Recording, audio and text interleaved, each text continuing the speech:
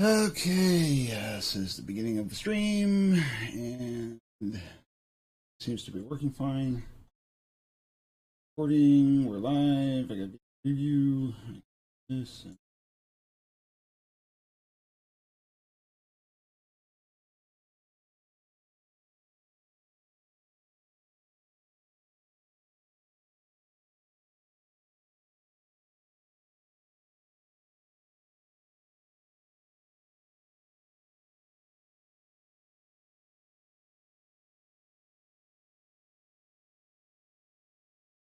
And nobody's here yet.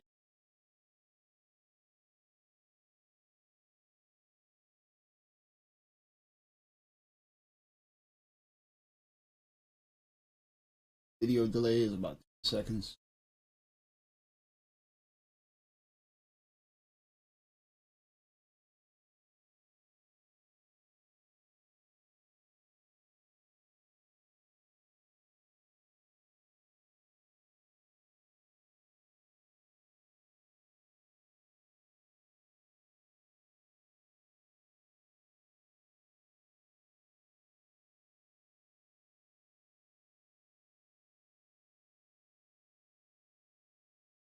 It says I have 2 viewers, but I don't see anybody. I don't see anybody but me, but that's fine. All right, so seems to be working fine. Yep. Oh,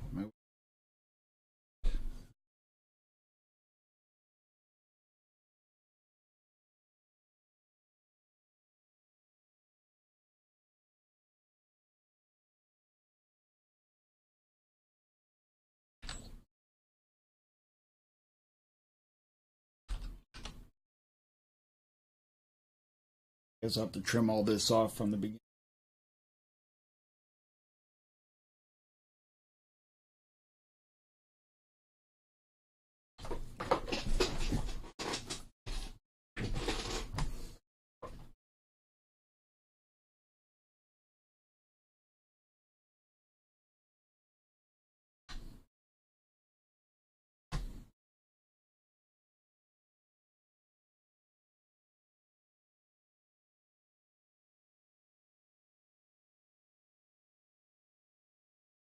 Well, everybody's fashionably late today, which is fine.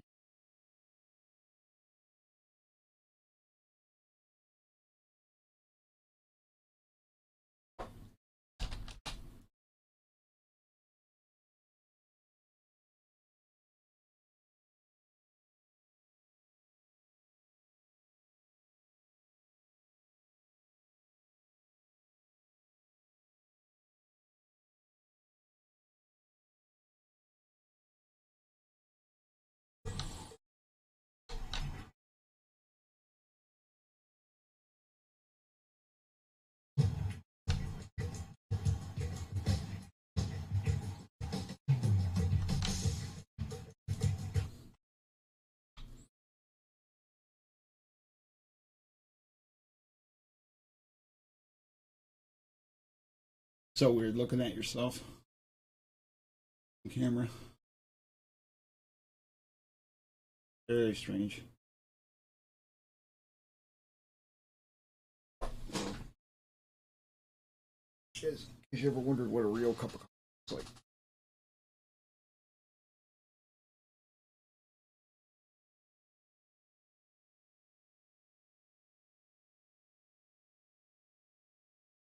That is the fuel that drives me. Oh, somebody's here. Who's watching?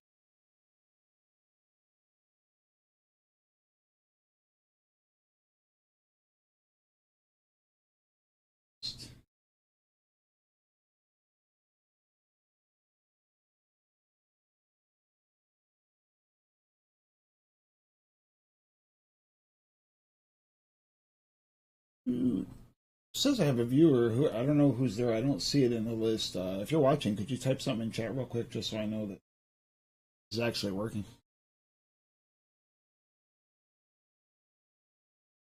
Okay, well, I'm not precisely sure what to do with myself until somebody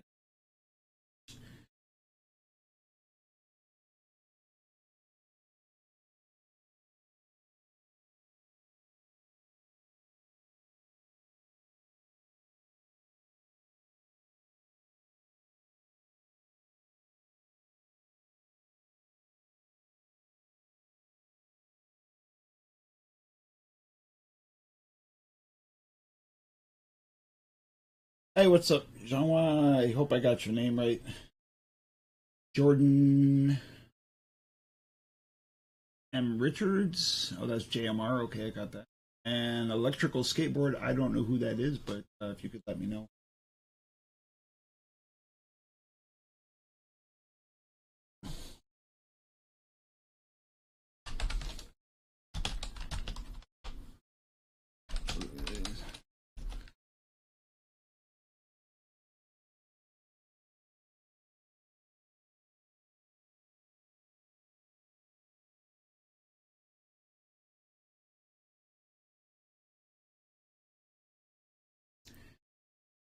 Okay, for everybody who got here early, I appreciate it. Not quite sure what we're going to do here for the next hour.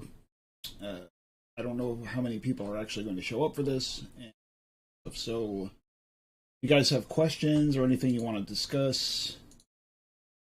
Oh, there we go. Okay, got it. I see you, Jean.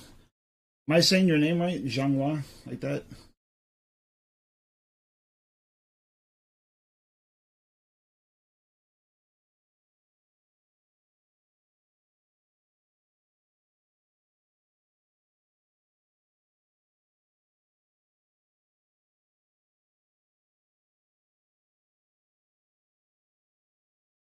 Oh, okay, great, great, great. All right, I deleted that private chat room. I'm not even sure how the hell I got that in there. I don't have any moderators or anything to. I don't have any moderators to go in there. So, how you guys doing today?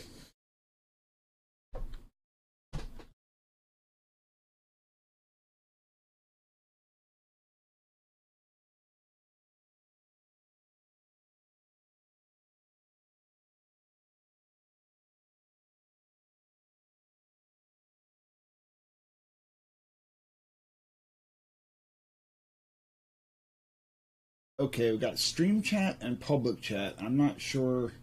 I'm a little new to this Twitch thing, so somebody could let me know.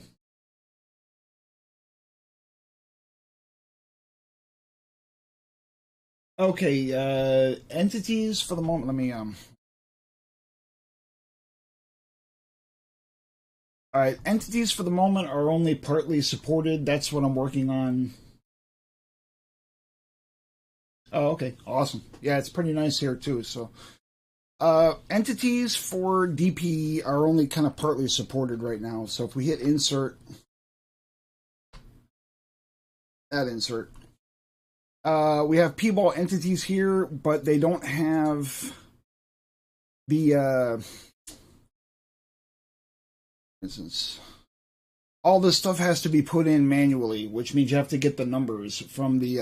I'm working on that right now, so I'm going to release another Quark extension that will have drop down boxes and all that kind of stuff, just like for the just like you have here for like you have for the regular Quake 2 entities, like see how it has here for the info player start.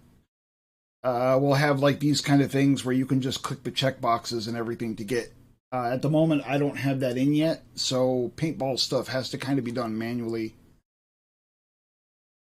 If you look in the there's a file.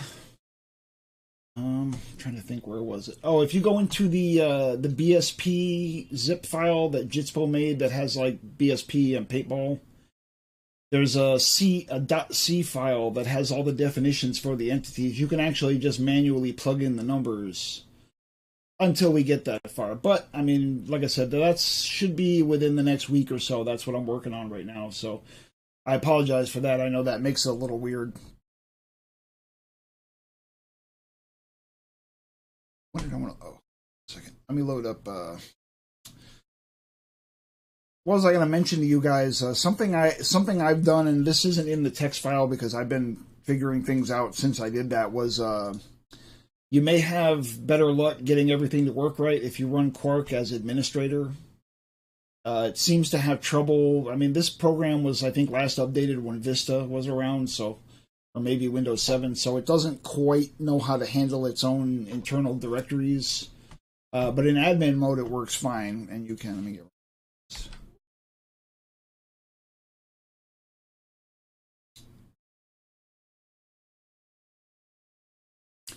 if you run it as admin, all right, I'm going to show you something here where you click Quake 2 on the menu, and it has a thing here to customize the menu.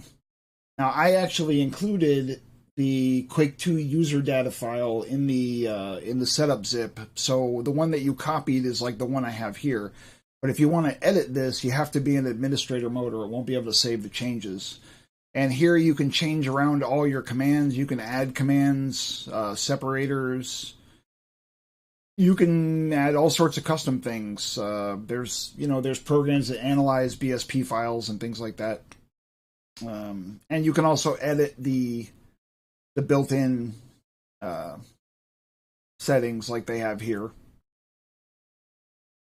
But while we got a few minutes and I don't have anybody here with setup problems, I want to talk to you guys about lighting and using lighting with RGrad, because I know there's a lot of confusion on this subject. Even I'm kind of confused.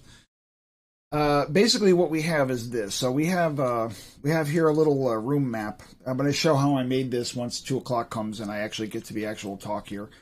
Now we go here to the edit the sky. So this is a usual sky texture for paintball.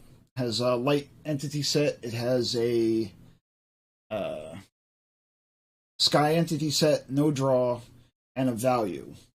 Now, with RGrad, this new version, right, as long as this value is a positive number, then the RGrad parameters will apply from that sky texture. If you set this to 0, you can make a spot where you can see the sky, but no actual light is created from it, which you could probably use for some special effect or something. But once this is set, now we'll go over to the world spawn here.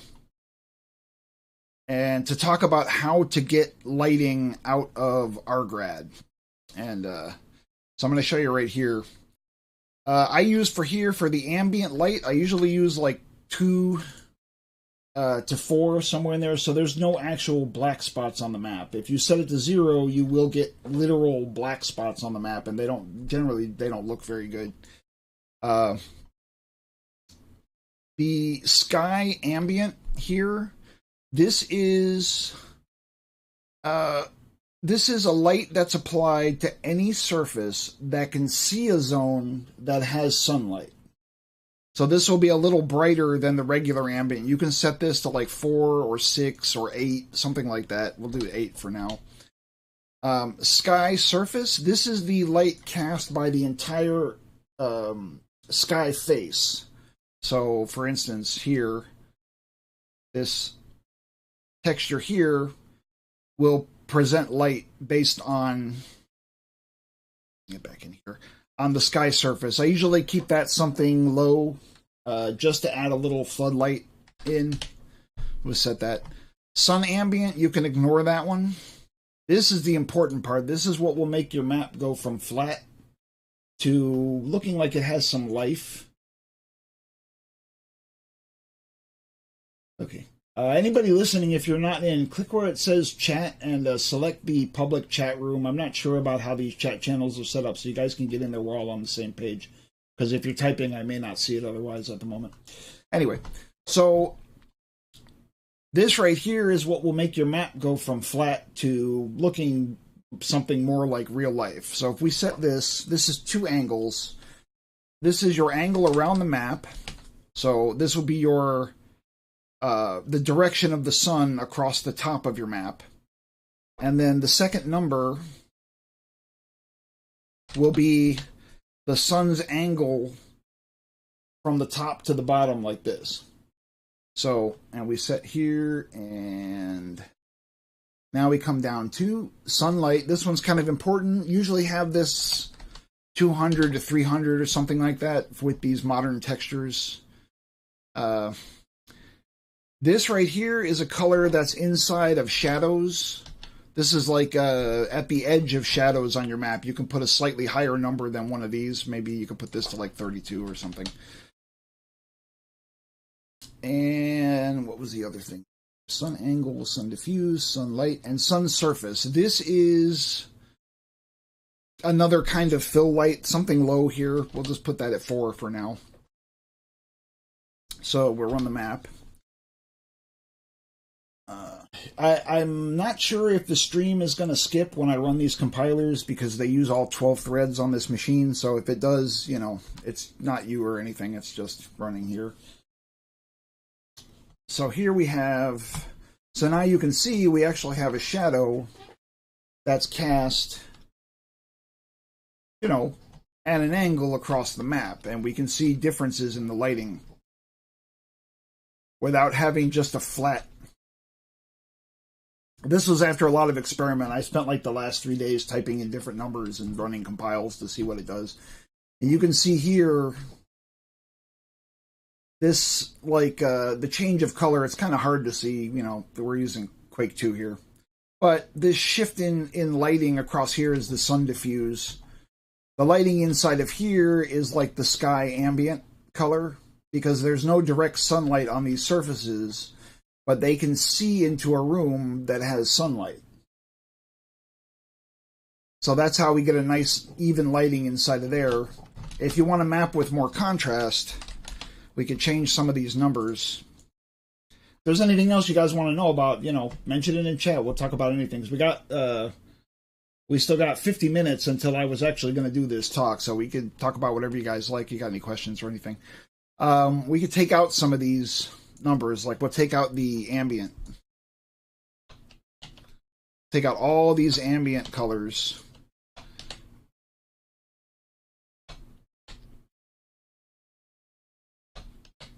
And now we should get a fairly stark. I'll be using the word should a lot today, because, you know, stuff should work, but it doesn't always work. So now this is just bounced light getting into the tunnel here. It kind of looks the same because it's just pretty simple. That's actually light that's bouncing off of like the grass texture and things like that. This doesn't have a whole lot of, hold on one second. I don't know about Wabluda Fix. You can relight maps, you know, after they've already been compiled. You can run the lighting on the map again and use parameters like this. As for what happened with that map, I'm not sure. If you could post a link or a zip or something in Discord, and I'll take a look. We could take a look at it here. What I want to do here is make an area where we can actually get some darkness.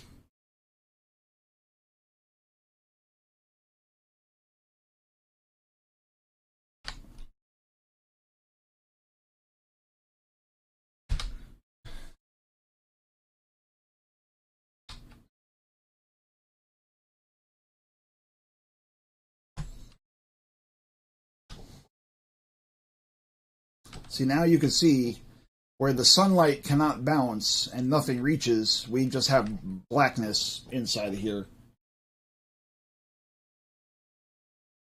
If we change the ambient light to something here,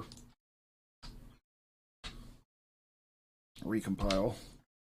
I sure do love compiling nowadays, let me tell you. It's so much nicer than 10, 15 years ago. Holy crap.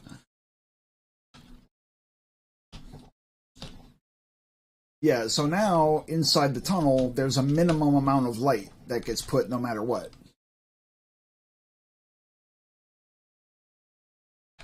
That's basically what the ambient does. And the rest of them kind of do the same thing depending on what can see what inside of here. Yeah. We had, you know, when I had my Pentium 3 500 megahertz machine, and even that was considered deluxe for compiling, but that would take forever. Just forever. Let's see.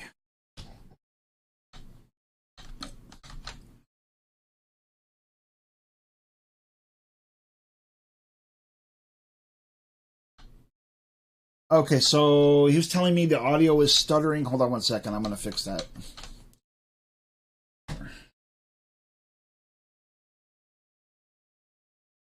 Check. Probably because I used the... Let me just take this out.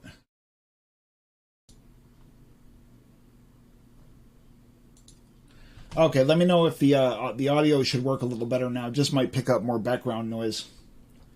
I didn't really have a chance to tune that noise compression thing. So is that working any better?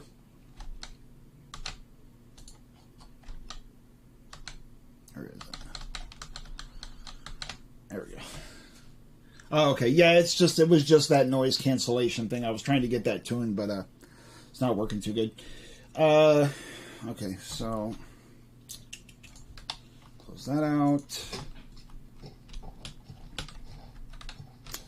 Trying to think. Is there anything else you guys want to look at? We got.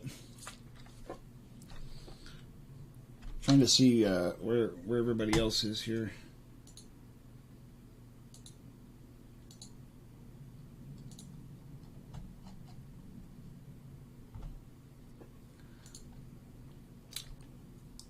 JMR, I see you out there, and there's somebody else who I'm not sure who it is.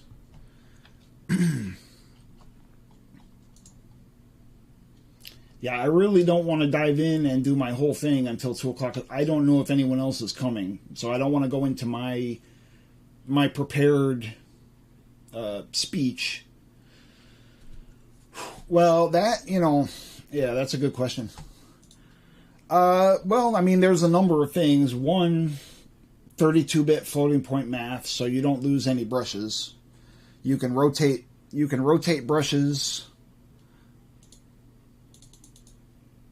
and rotate them right back again, and you don't lose your precision when you bring the brush back. It should be pretty much exactly the same as it was.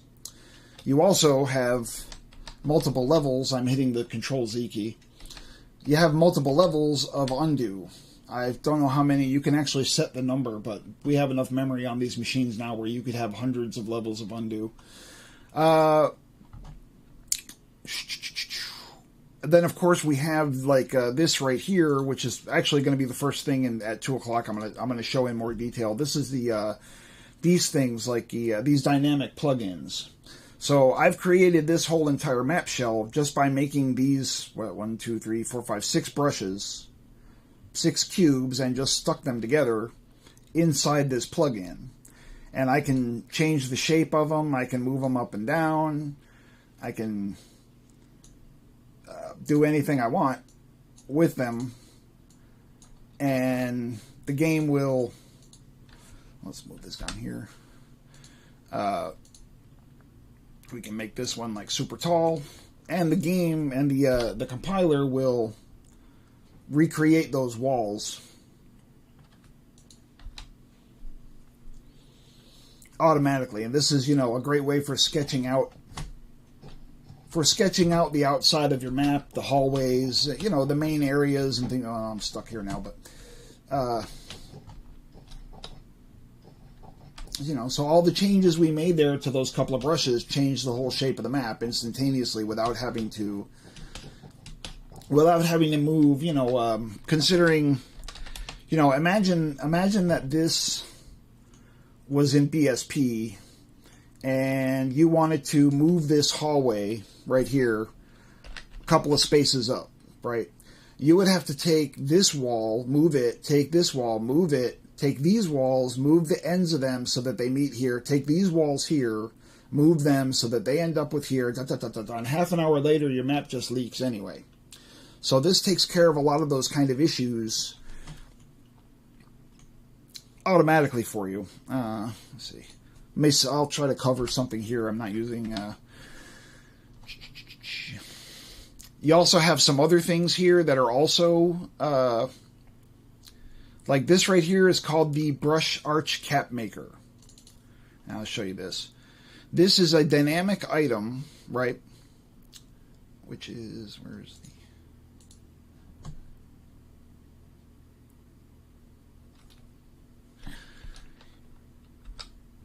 This is a dynamic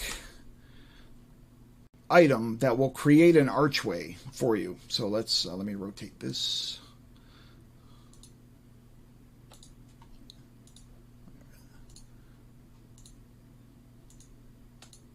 So we can use this cube and let me make sure. Okay, there we go. this one. Sorry, guy, I get a little mixed up on these. What do you call them? Still sometimes. So, okay, yeah. So we need this to be this way, right? Turn this way.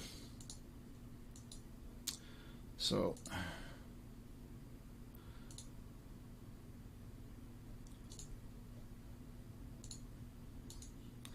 Now we're gonna pick. We're just gonna pick this city texture here. So now, oh, that's turned sideways, isn't it? Sorry, guys, I'm a little cold to this myself. So we need this to be turned. Let's see. Nope. Nope. There we go. So now let's compile. And this can be set. It has a lot of parameters. You can change things. But you can see, creates an instant arch.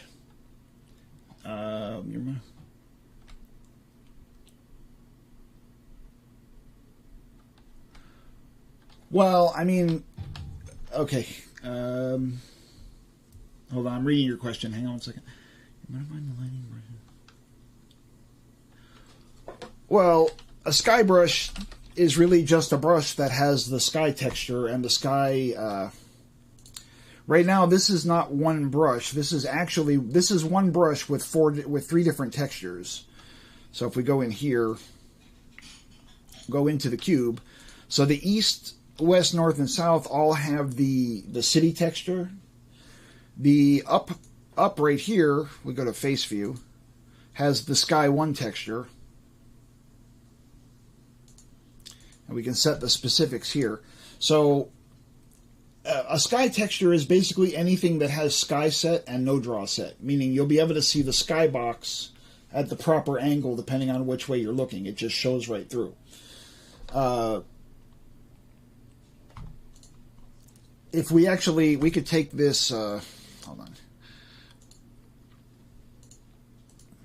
Now we could take, well, let's say you're all done designing the shell for your map, right? And you want to actually have these brushes to do more. Yeah, you definitely want to segment your map as much as possible. You have all kinds of folders and things you can use to separate things. This will make it a lot easier for you. You can rename, just click again a second later, and you can name this the map shell group. And you can put groups within groups. You can take a group and hide it. So we could gray out the group, which will make it just not, won't be able to, oh, we can still, hold on, it's still in there.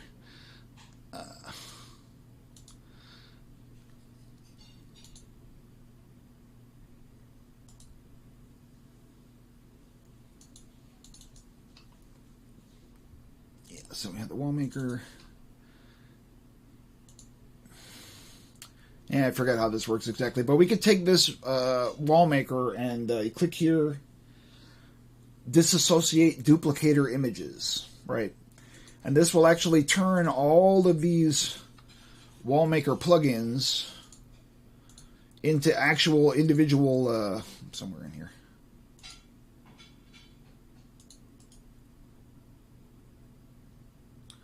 You can also set a group so it can't be selected and things like that.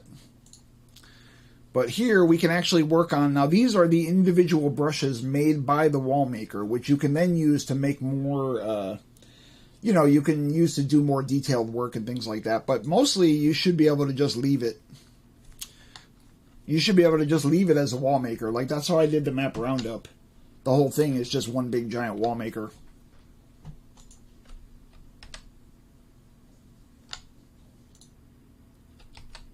There we go. What else we got here?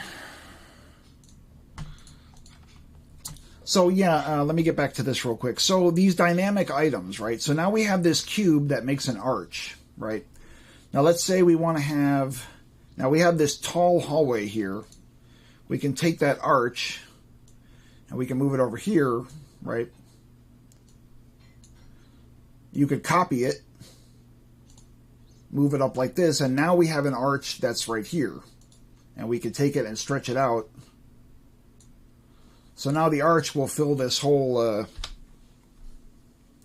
Now the arch will fill this whole. What do you call it?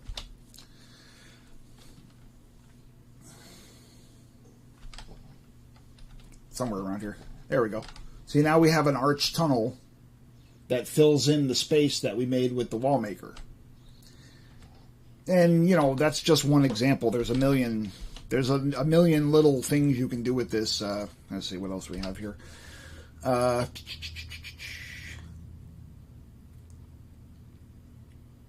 Yeah, you can build staircases. You can make terrain sections. What else do we have here? These are duplicators, which will make a copy of something and repeat it. If we take all of this... Yeah, let's move this. We're going to move all this way. So, put this into here. We're going to insert a radial duplicator.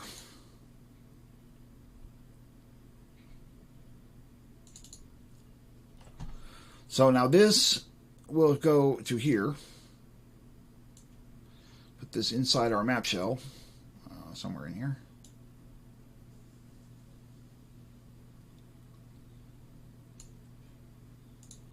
How do we do this again? Sorry guys, it's been a while since I've done this myself, so just give me a second here.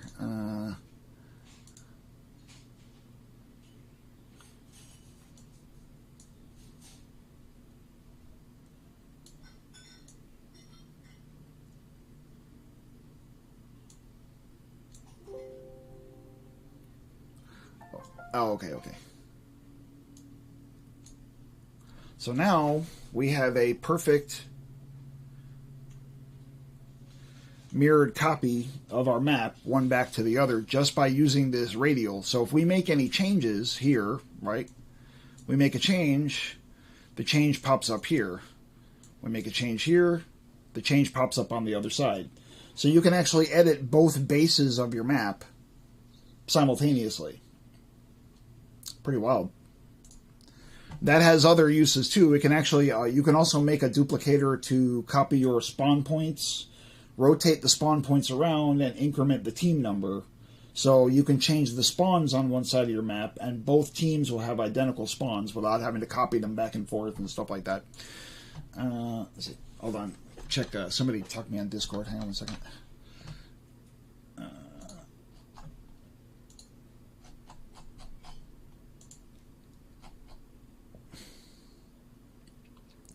Okay, I think we got, looks like Unibonger is coming. Warwolf should be here any second.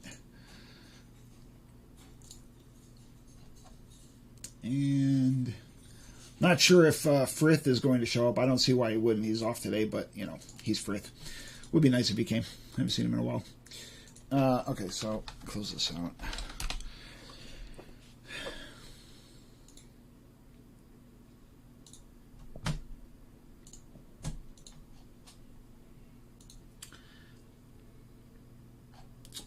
Yeah. All right. So what time is it? Okay. Well, we got a half an hour more for fucking around.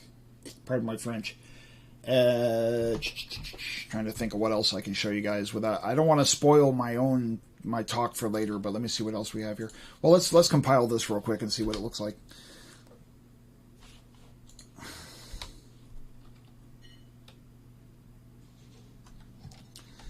What you were talking about with that Wabluda, that's just not supposed to be there, but what you were talking about with the Wabluda map fix, it's not showing the other half. Well, it only compiled one side of it, but we'll fix that later. What you were mentioning with the Wabluda map fix is, yeah, okay, I'll do that in a second. I'll do Zhang. The problem with lighting in these Quake 2 maps now is that the textures that we use are much brighter with much more saturation than the textures we used to use during the Quake 2 days. Basically, the main cure is to, one, keep the light levels low. Like you saw, my sunlight was only 256. you know, in ArtGrad it tells you to use like 800, but 800 just saturates your map completely. The other thing you can do is if you get too much, like here, it's kind of hard to see, but there's a lot of green in the light. We can actually sort of fix that by changing the color of the light itself. So if we go here to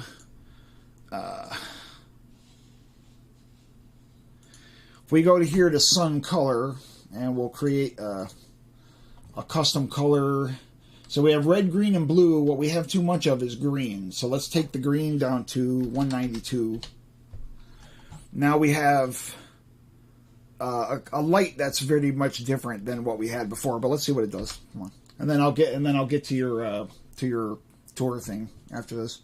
I just want to see what this does. I was thinking about this morning, but I haven't actually gotten to try it yet. So yeah, so now we have lighting that, well, looks more purple.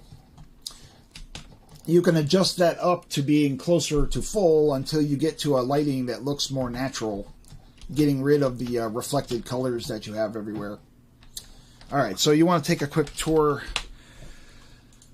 Okay, so first things first, we have, there's several views, but this is the default view, where we have the left side, the front side, and then we have a top-down view, and all, of course, can be used to select brushes and things like that.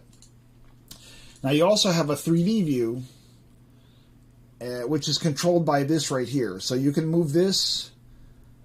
This is your camera, the little eyeball. And then you can use this to get...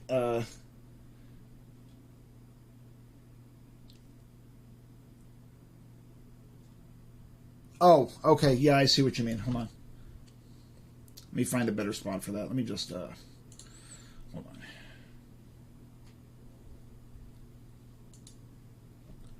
Okay, I'm just going to take the camera off for a minute. It's not really important anyway.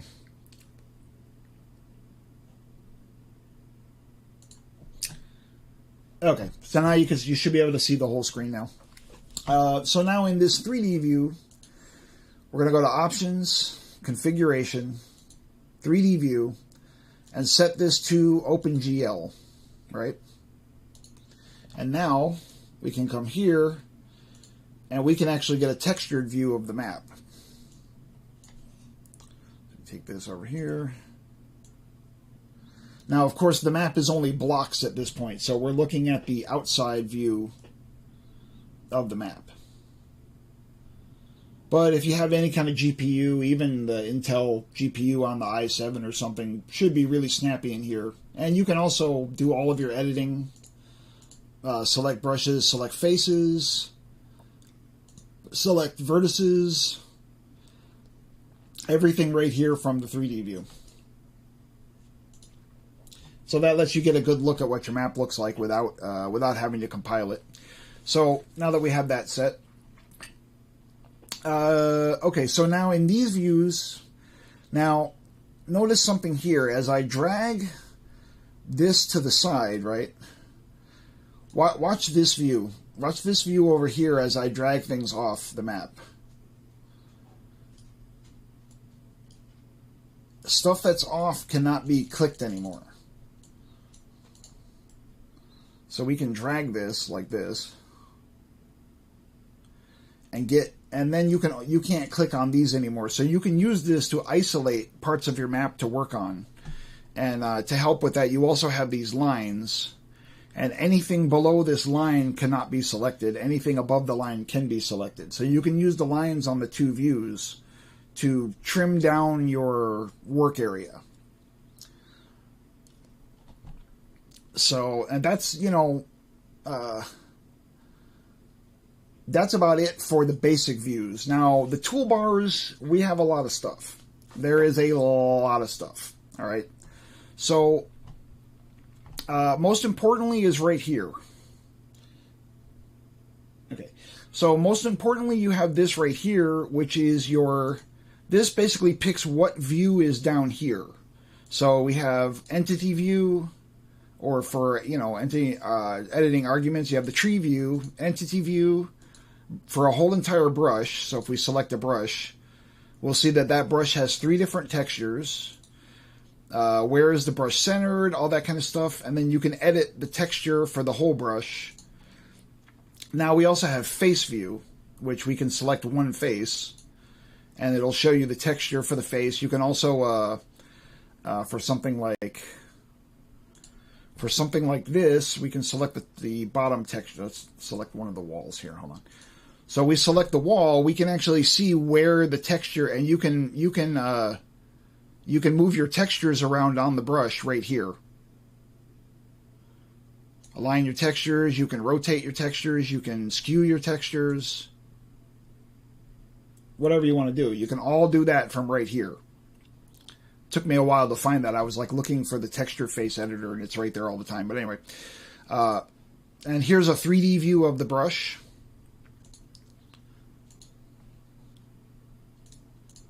So that's what these are. This is like really important. This is like, you'll be using this a lot to switch back and forth.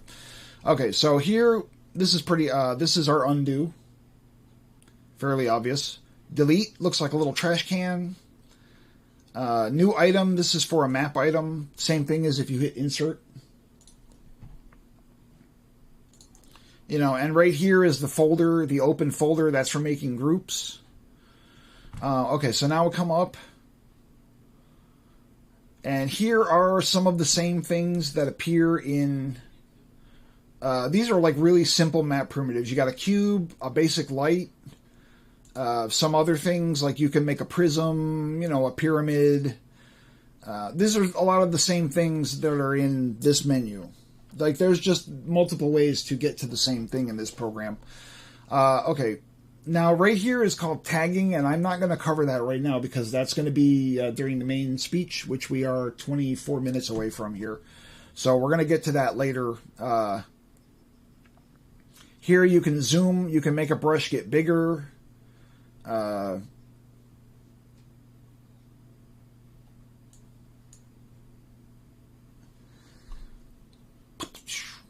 Not sure what this does actually.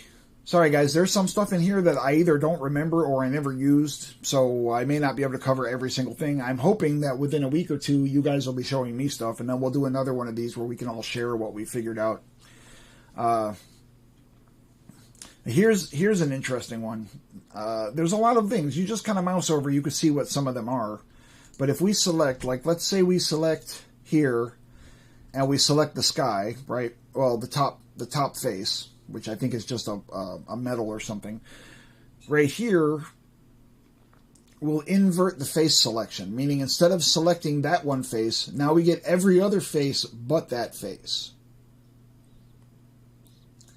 I mean, I could do this all day. There's so many things in here.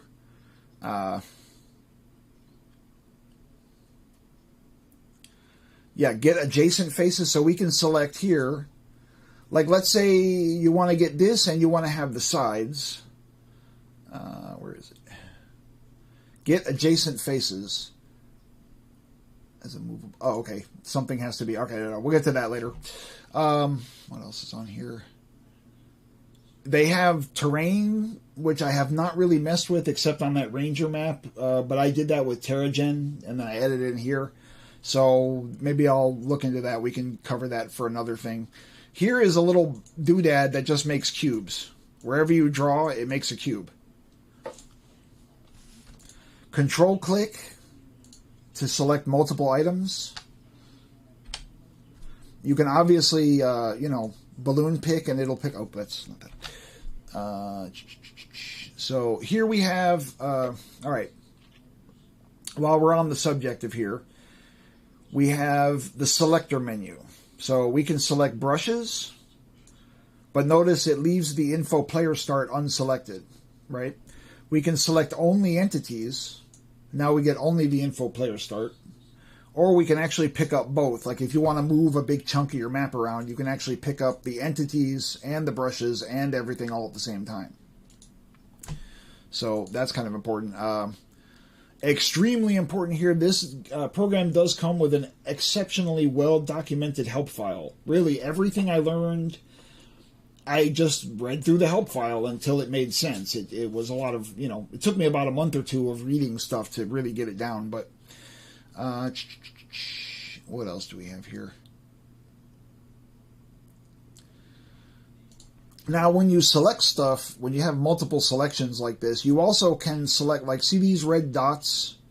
We can actually pick up all of these things and stretch them all out equilaterally. We can move it like this, and you can change all those things, and they'll all change in a uniform sense. Undo that. There we go. Let's see, what else do we have here? Yeah, they have this, which lets you, I think. Oh, yeah, well, okay, this is for locking the views. Notice here when I zoom out, like if I unlock the views and I zoom, all three views will zoom. If you hit this, then you can zoom one in without changing the other. Fairly useful, I guess. I never really used it all that much.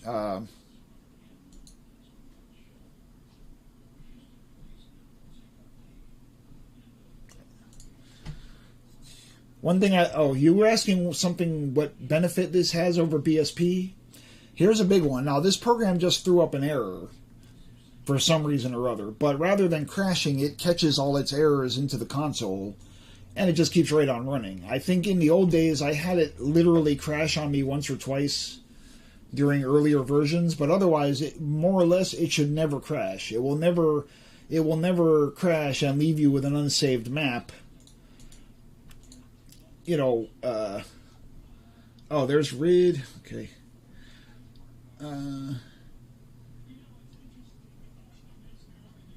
Hey, what's up, guys? Hey, Jean-Noir, go to the stream chat at the top. I want to try and get everybody together in the same room when everybody's over there, if you don't mind, dude. What's up, guys? I see Exile. I see Carl August. Now, Carl August here is not here from Paintball. He is here from the Wacky Jackie 101 Twitch channel, which is like my favorite PUBG streamer. So I don't know if you've ever seen Wacky Jackie and you want to get better at PUBG, that's the guy you go see. He will help you better than anyone else on earth. There literally is no one better to watch stream that game. I'm sorry, there really isn't. The second closest might be Moses. He's actually really good too. But Jackie's my boy. And Carl, so thank you for stopping by, man. I really appreciate that. Okay, so we got Jean-Noir, we got Ridius. You watching from Brian? Are you watching from the wedding? Because don't get me in trouble here.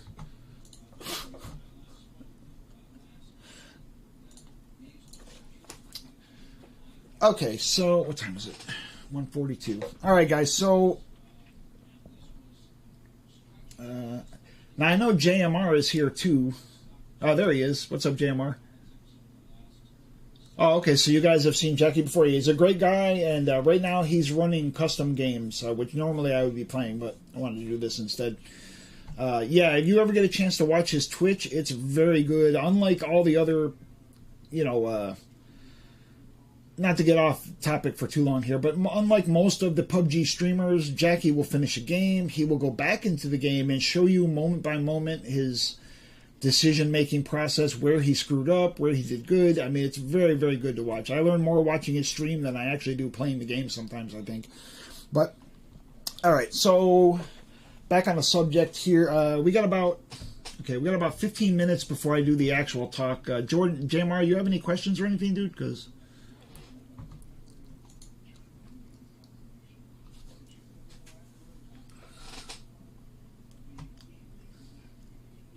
oh, good, man. We're just farting around because I really intended to start at 2 o'clock. So, we have time right now to just mess around. So I'm just answering questions and, farting around and showing off different things. Trying not to repeat myself for later. Now, there are a million other things in here. Seriously, there is so much stuff to do in this program. You could spend all day messing around with stuff and never exhaust everything. And not to mention the fact that it works with, I forget how many games exactly. Let me go in. It works with all these game engines. And anything that's made with those game engines, like the old Source Half-Life 2, Doom 3, I think Quake 4 is in here somewhere, yeah. Any of these old game engines can be worked, and there are plugins that people have made for newer game engines that still use BSPs. I have not messed with those, so I couldn't really tell you what they're all about and everything.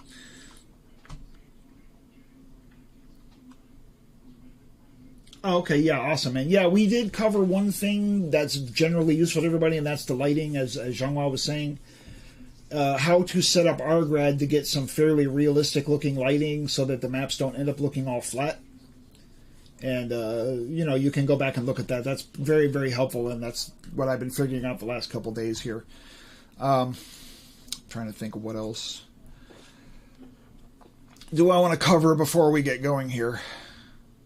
Yeah, and these toolbars here are, let me see, can all be moved.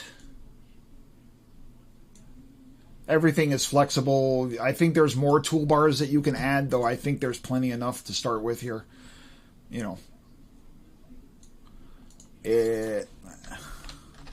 Yeah, and also, like I was telling him before, that this program was made, I think, during Vista. So something else I mentioned before that you might have missed was to, if you have any trouble and if you want to be able to edit the menus, like here, you can edit your compiler's menu.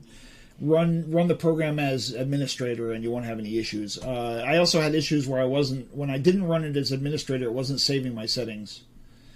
Yeah, I'm using all the default key bindings. So, all right, let me cover the mouse here real quick. Let me show you. So in the regular editor views, right mouse button will move the view around and will rotate your pan on the 3D view. Okay. Right mouse button does whatever this menu tells you to do. Makes selections, makes cubes, or cuts pieces out of other brushes. All right, so that's the left mouse button. Or you can click to select a brush. If you click again, it'll select the next brush in line. Click again, it'll select the next brush in line. So if you need to get deep into your map, like say you're on this view, right, and you want to get... As you click through, you'll get different brushes that are in line and able to be selected. And that's just left clicking in the same spot. So this makes it really easy to get to different brushes inside your map. Now, middle mouse button, if you hold it down, zooms in and out, and the zoom is also on the keypad plus and minus keys. Same thing here. If you hold middle mouse button, you can rotate and also zoom yourself out to see more of your map or whatever. Yeah, that's it. There's a lot of different ways. That's one of the things I like about this program is that there are multiple paths to the same destination. So, you can work how you like. I mean, I'm a big fan of these guys. I used to be active on their Usenet way back in the day. They're a great bunch of guys. They have a lot of help and stuff. Also, if you're a programmer, or if you know how to script Python, you can actually create your own plugins to do all sorts of stuff using the Python language, which I do not know, but I imagine it's something kind of like C. Everything seems to be. Okay.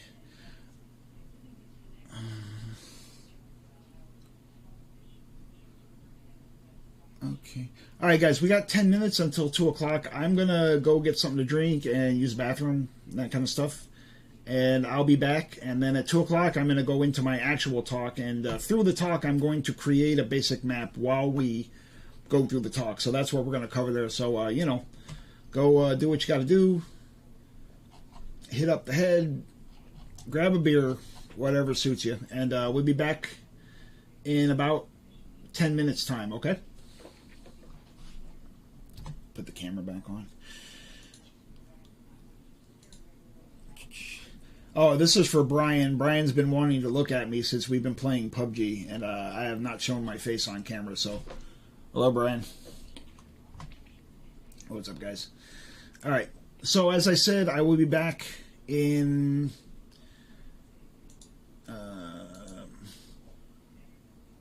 Okay. Yeah, I'll be back in about 10 minutes or so. Okay? And see you guys then. I'm just going to leave this on. The camera will be on. So.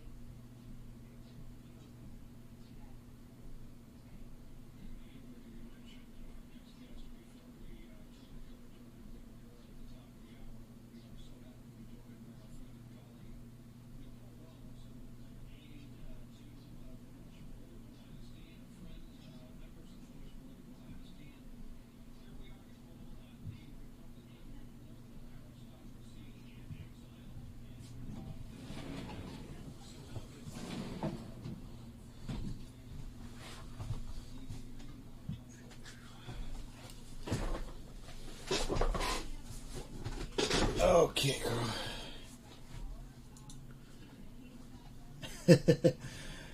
Thanks, sir. Carl, yeah, I think I'm going to be done here. Planning on being done around 4 o'clock, maybe something like that, if it even goes that long. It depends on what kind of turnout we get. So, yeah, when this is done, I'm probably going to go play customs because they're fun. And I want to play some war mode. They don't have it on, they don't have war mode on the PUBG live servers anymore, so this is our only way to do it. So, yeah, I'm going to try to. Should be doable in about 2 hours. All right, see who's here. How come it doesn't give me the viewer list?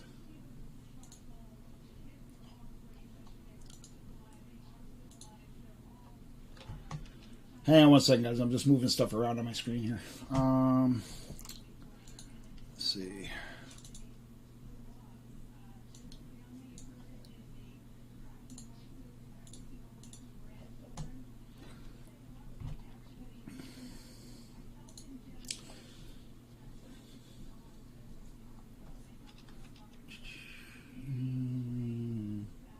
Okay, yeah, I actually wrote up a text file so I could remember what I want to cover here.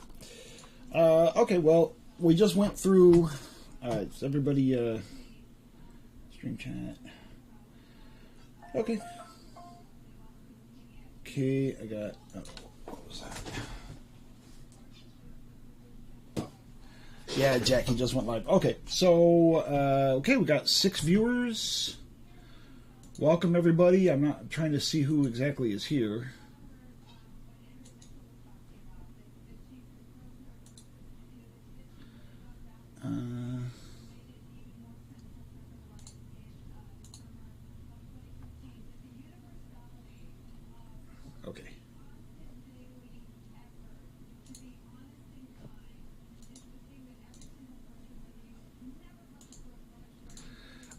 Okay. Okay. Yeah, I got it. For some reason, I don't know, Twitch wasn't showing me who was here. So I got, okay, there's 6 people here now. That's pretty good.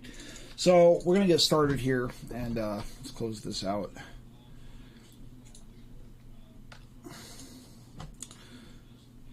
So we're going to make a new Quake 2 map right here. Everything's set. Everything should be good. We're going to start here with a blank map. Going to delete this light. Delete these walls. And we're going to start with a nice empty shell. So as I showed JMR this the other day, and I was talking about earlier, first thing I use basically to define the map, you hit insert to get to this. You have our generators here, and we have the, where'd it go? This plugin right here, this is like my best friend in this thing. This is the Wallmaker plugin. Double click it to get a specific, set it to miter. And now we make a cube, put the cube into the Wallmaker, and now that cube is part of the shell of the actual map. So this is gonna be used for pretty much everything here. What I'm gonna do right here is I'm going to create a generic Shazam map, something like that. You know, basically a clone of Shazam, because it's really easy to do.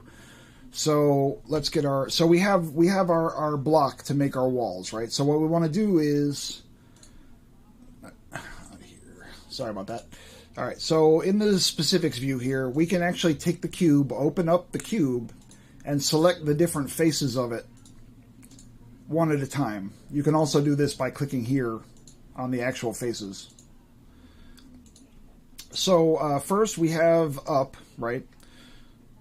So we'll go to face view. We have texture. And we want to, right here, choose texture. So now here we have our texture browser. And we're going to pick Sky 1 for that. So now we're going to select our bottom face, and we're going to get some ground here. Select texture. And we'll use the dirt texture. So now we're going to select these four sides. Right click, texture. Like I said, there's a lot of different ways to get to the same results in this program. Play around, right-click on stuff, click on stuff, check the menus. There's all sorts of ways. Back into our P-ball folder, and we're going to pick up our generic rock texture here or something. Let's see.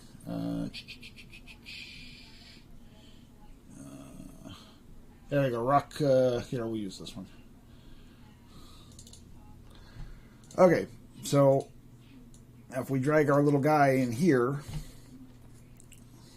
so this is all we have. I have a cube in the wall maker, and I have an info player start. That's the whole entire map right now.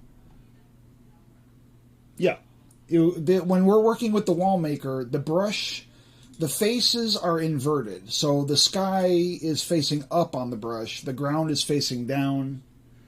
And when it creates the actual wall brushes, it flips the texture around the other direction. So we have our guy in there. Let's compile it, see if it works. All right. Pop into DP. And we should have a generic. There you go. We just made a map that works in, literally 5 seconds of actually working in the program. So let's cut out of here.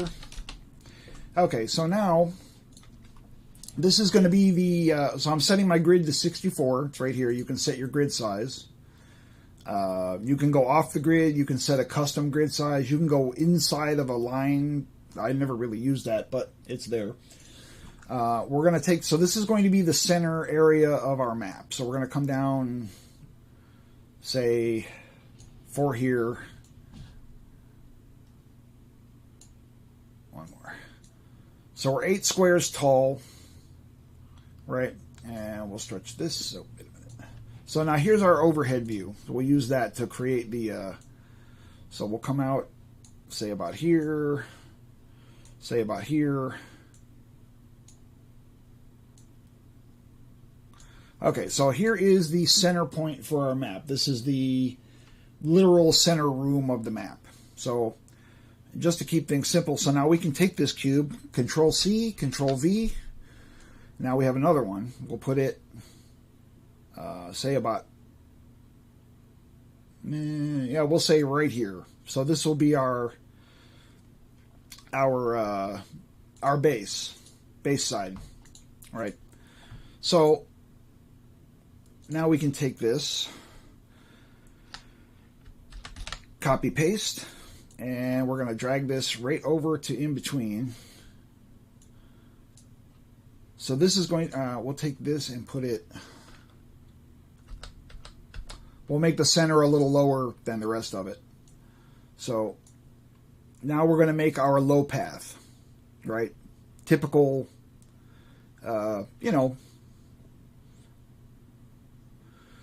typical sort of, DP,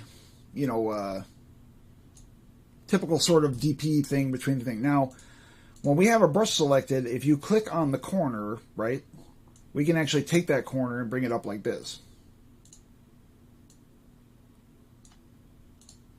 Now we have a slanted path that goes between. Now, this is going to be underground, right? So we don't want the sky texture here. So we'll select that face, and we'll pick a different, here, we'll put some wood or something. Okay, so now we'll copy this, copy paste, move this one up here, and instead we can move this like this.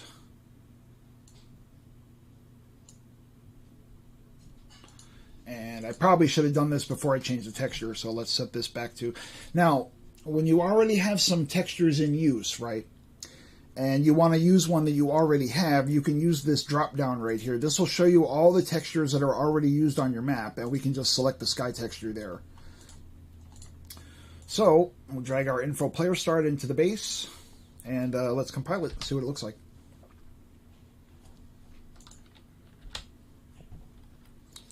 Now, of course, this isn't like, a fully realized map or anything of the sort, but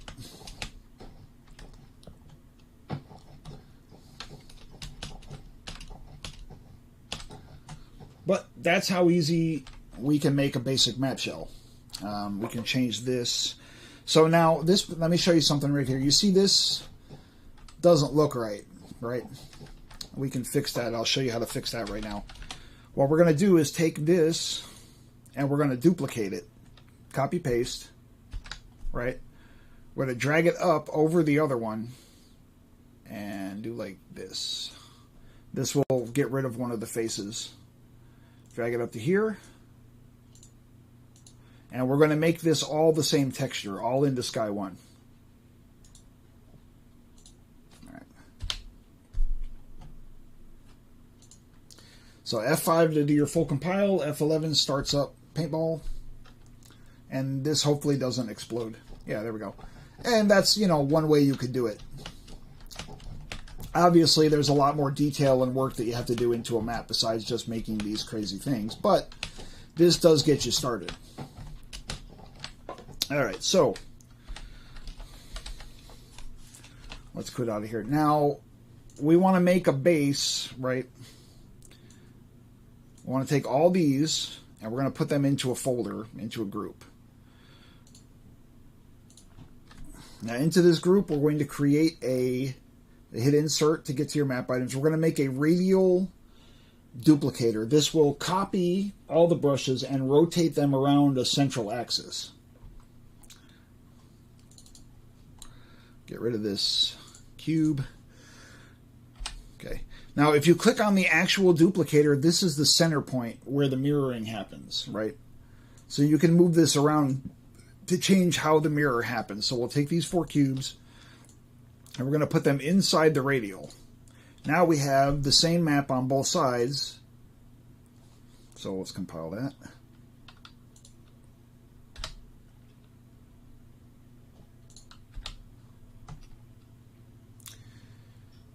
So I'm sure by now you all can see like the power of this kind of tool and how easy it makes everything. But let's get outside the map here for a second. Did it connect? No, it didn't connect. Hold on. I'm still figuring this out myself. Hang on a minute. So we'll take this radial and we're going to disassociate the images. Now it should just come up as one. Yeah, guys, if I flub anything here, you know, understand that I haven't actually really used this in like 12 years or so. And I'm kind of relearning myself. Hopefully we have, yep, see, here we go. Now we have our whole entire basic map shell completed, ready to go. Everything essentially working. So now, let's see, what else can I show you here? Now,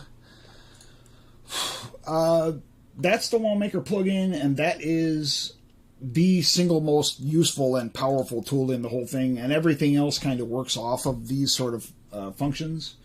So next thing I want to cover is tagging. This is extremely powerful in this program. So let's say we have this brush here and this brush here, which has like one wall going across, right? But let's say that the texture is out of alignment or something from, let's see.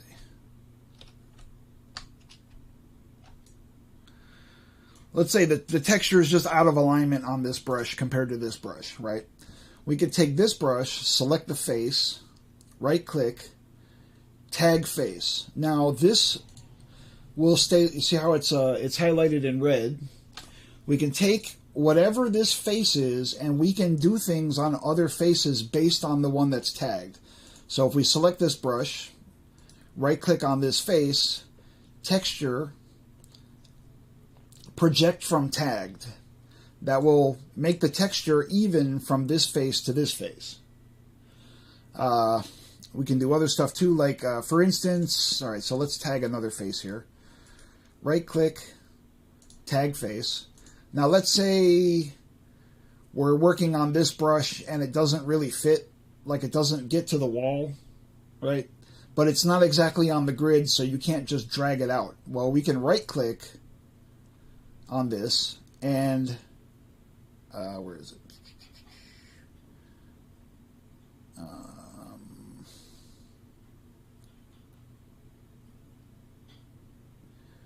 oh, here we go. Glue to tag. Sorry, I'm like looking for stuff myself here. So now we click glue to tag, and now it extends perfectly to meet this brush. Yeah, glue to tag, exactly. Do it again just to show. So you can right click the face, glue to tagged, and that will make the face move to be precisely in alignment, even if, let me show you something else. Let's say this is like kind of off. See what I'm saying? Like if we went like this, it wouldn't work, right? It doesn't really line up. You'd have to do something like this, or, you know, you'd have to do it all yourself. But if we use the glue, it matches perfectly. Yeah, I know. I wish I had a lot of stuff in BSP, but you have it now. So that's face tagging, right? There are other powerful things. For instance, if you make barrels, you can use the tagging to automatically wrap the texture around the barrel and things like that. We'll get to that at another time. Now we also have vertex tagging. So let's say we have this corner here, right? And let's say it's just out of alignment with this brush. But you don't want to move, the whole entire thing. You want this point here to match this point here. Well, we can right click on a vertex and tag the point on the corner. Select this brush, right click, glue to tagged, same thing. And now that point will snap to that point perfectly, exactly in alignment, no holes. And believe me, I know how important that is. So that's, that's the tagging feature, and the tagging feature can do all sorts of other interesting things. Let me see what else we have here. We'll get back to that in a second. Now I showed JMR something the other day, but I'm going to show you guys. This is called the path duplicator. Sounds like a crazy sort of thing. We're going to hit insert to go in here, and we're going to get a path duplicator, right? Now, path duplicator has two cubes inside of it, right? Called the template. And one cube is positive, the other cube is negative. Meaning that's something we haven't covered yet, but anything that's in pink in the program is a negative cube. It will actually dig a hole into another brush. And I'll show you how something powerful you can do with that in a moment, but let's cover the path duplicator here. So we have our template, which is right here. The template does not actually get drawn on the map. It's just kind of there so that you can work on it. You can drag the template away, like you can drag the template somewhere off the map so it's not in the way. So we have our template, right? And the template is a positive brush and a negative brush. So let me select both of these. We're going to set the texture to grass, right? So now we have, sorry, wrong button. Now we have what here are called path duplicator points. And these can be dragged around your map, like so. Right? And we can take all of them, shift click to select, just like working in Windows or anything. And we can move that down to here, right? So now we have this crazy looking thing here on the map, but let me show you what it looks like actually in the map, and it'll probably make more sense. Oh boy, do I love having a modern computer, let me tell you. My last desktop before my new ones was a Core 2 Duo, so thing was nothing but fucking pain. So let's go take a look at the map, and let me show you what we actually created here.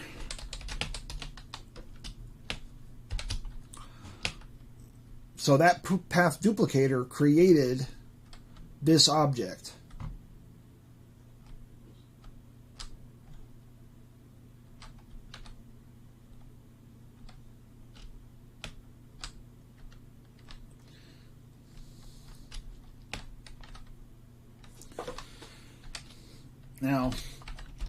so let's take a look at our what do you call it here? Now this is our what they call the template for what we're going to create. So let's say we take we'll take this corner and actually drag it. Hold on, can't do that. Let me get it a little closer here. So select this brush, right click, tag point, glue to tagged, right click, tag point, glue to tagged. So now let's compile it again. Now just by changing that brush,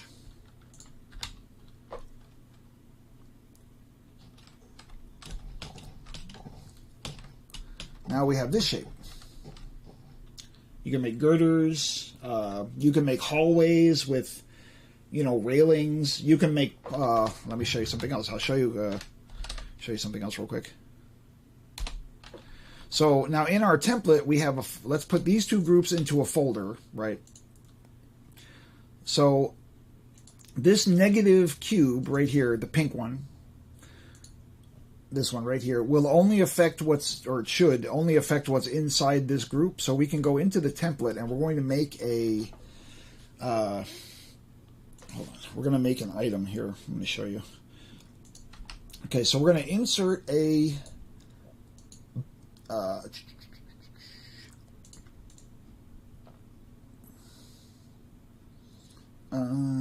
what's the thing I'm thinking of here? Pyramid, vertical wall. Okay, yeah, we're going to make a prism here, like something you would use for like a barrel, you know what I mean, or to make a pipe, as it were. So let's give that the door texture just to give it something here. So we have this item, and we're going to move it into our template, right? Now we need to rotate it. Which one is it? This one? No. Sorry, guys. I still get a little lost on these views. There we go. Wait. There we go. So, okay. Now, when we have an object selected like this and you want to resize it, right, you can click this right here. This thing that looks like kind of like a steering wheel. And now we can actually like change the size of the item and rotate it and things like that. So we want to make it nice and small right there, right? We're going to put that inside here. Let me shut this grid off. Hold on. So I'll put the grid down to 16 just so I can get it. So I'll put this pipe inside of here. And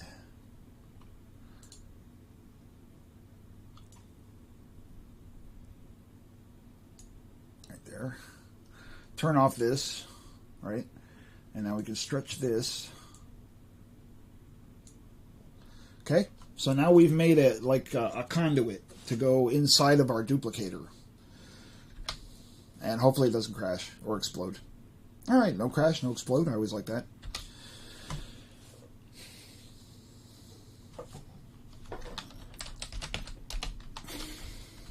You can actually add command line parameters to your compiling thing so that when you run Quake 2, it goes right into no clip and things like that, but I haven't done that yet. So now you can see it copied that that pipe right through the conduit. Automatically everything lined up. Textures, well, basically lined up. All based on the original. So, you know, the sky is the limit with this. You can apply all sorts of things. Like imagine here we're looking up this hallway and you want to have, you know, railings or something going up the side or, you know, anything like that. You can do that all with this sort of thing. And it will also work for, let's see, get out of here. So now we have our duplicator points, right? And you're not limited to 3. 3 is just how many I'm using here. We can actually create... where is it?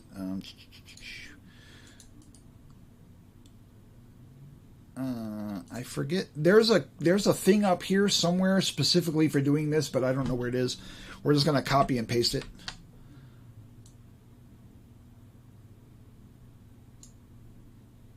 Yeah, it's not working.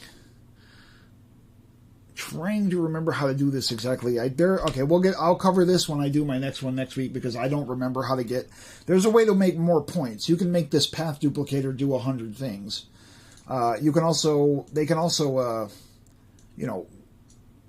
work at different angles, like this. So we can select all three, and we can move this up. So like this one, it can go right into the wall over here. This end can go right into the wall over here.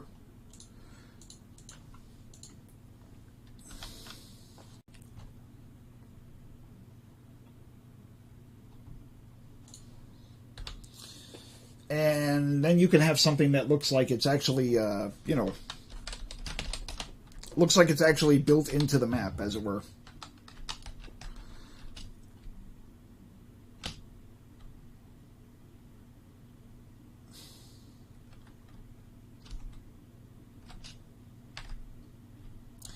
Okay, so and I was talking about negative polygons before, right? So this is, let me show you something here. We're going to take our, all right, so let's say we're basically, I'm going to delete this path duplicator. We don't really need that for them. So we have here our wall maker, right? Now we're going to actually take this wall maker and we're going to, I'm going to make the walls a little thicker. So we're going to make the walls 32. This is going to look kind of weird because of the way the metered corners work. And maybe that's not a good idea. Hold on. We'll leave that like that for now. Oh yeah, it's fine. It's fine. That's going under. So sorry about that, guys. Like I said, I'm still relearning stuff myself here. So we'll make this 32 thick. Now the walls that we're making are quite a bit thicker, so we can do stuff with them. So what we're going to do is we're going to go into the wall maker. So let's say you wanted to put a, I know JMR, you like to put like a crack in the wall that shows like the sky out the side, right? I know you did that in, what was that, Kingdom map that you sent me? You had stuff like that. Well, let me show you how I would do that in here. So we're going to, we don't even have to disassociate. We can just work right here. We're going to go right into the world spawn, and we're going to make a new cube, right? That cube is going to have, we're going to be right here to right here, right? So now it's in the side of the wall. We're going to, let's give it some texture. So the back texture is going to be set to the sky, right? And the rest of the textures, which we can get to with this right here. I mean, where is it? Get this right here. Invert face selection. So that one's going to be sky. The rest are going to be the same rock texture that we have everywhere else, right? So now we have this poly here. And okay, so I'm going to click here for specifics, right? Now this is going to change this brush into a negative brush, meaning instead of adding to the map, it's going to hack a piece off of the map, right? Now the only thing we have to do is we have to be careful, because this is going right to the very edge of the map. So what we want to do here is get this, and we're going to set the grid to 1. And we're just going to move this face in 1 space. Okay? So now let's compile, and hopefully this works. I should have just put it in the base. We'd be able to get to it quicker, but we should be able to see it anyway. So now, how do you like that? A little easier than editing 52 brushes and dragging 27 points around and moving, things like that. So now we can make it look a little more, let's get this brush, and we're going to kind of twist it up here.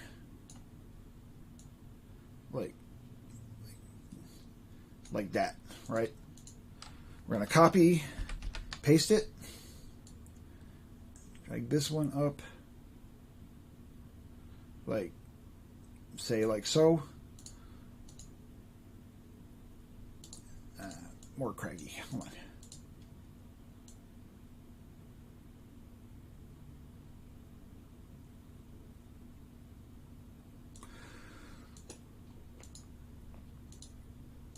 And this should give us something that looks more like, hopefully it doesn't crash. I'm going to say that a lot. Get used to that, okay? This is just to show a simple way that you could make a more natural looking, see? Obviously it still needs a little work, but you get something that looks more natural and doesn't just look like... Yeah, JMR, you're absolutely right, dude. I equate it to a tricycle and a Ferrari. Both of them are technically something with wheels that you can drive. But, you know, they aren't really the same thing. So, yeah, JMR, your map was actually my inspiration to show this, because I thought that was a great idea. And here's an easy way to... here's just an easy way to get it into your map without any trouble. Now... imagine doing this in BSP, right? Let's say, okay, so we have this, we have these two things, right? Let me get back in here.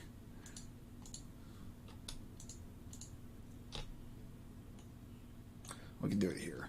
So let's say we select our two cubes here. Let's put them into a group. All right. Now let's say you want to, let's move it. Let's get our grid back. 16. Now let's say you wanted to have two cracks in the wall, right? And we can move. Now now the arrow keys. Now this is something I've been doing and I haven't shown you. Whichever view you have the mouse over, the arrow keys will move whatever you have selected on that. So then we can take our group here, copy, paste, copy, paste. Now we have another one.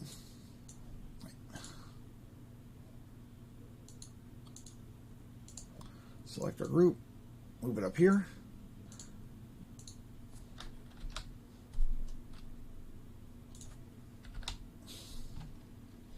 Imagine trying to do this in BSP. Forget about the first one. What happens when you want to make two, or you want to change the size of it? Did it erase? I think I have deleted it. Hold on. Oh, because they're in... yeah, that's right. And they're both negative. So what's going on here? Sorry, guys. This does have some quirks. You know what I'm saying? Hopefully this should work.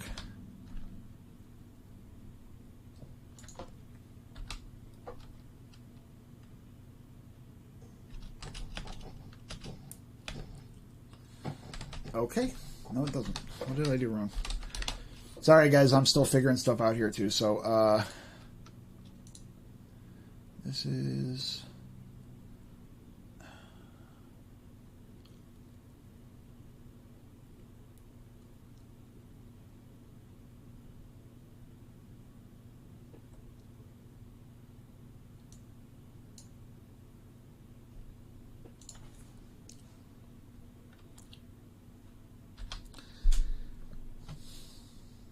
I apologize for this, guys. I went through this the other day by myself, and I didn't run into this issue. Nothing's perfect. Obviously, nothing's perfect. This program has bugs and glitches just like every other program does. I'm just not sure why this is happening now, so let me, Alright. Let me get out of here for a second.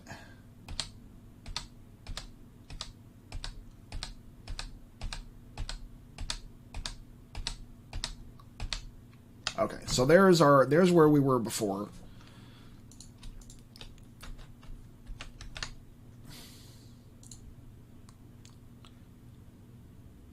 So that's these two.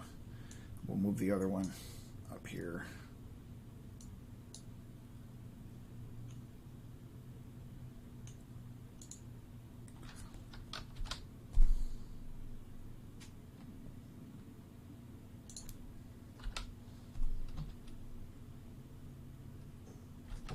Hopefully this worked, because otherwise I'm going to be mighty embarrassed.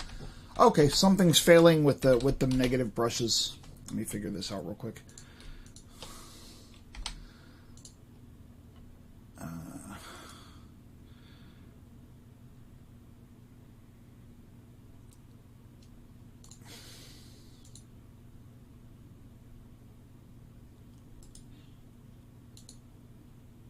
Okay. Try this again. Sorry about this, guys. You know, it's the price of pioneering. Sometimes you get lost in stuff and have to figure it out.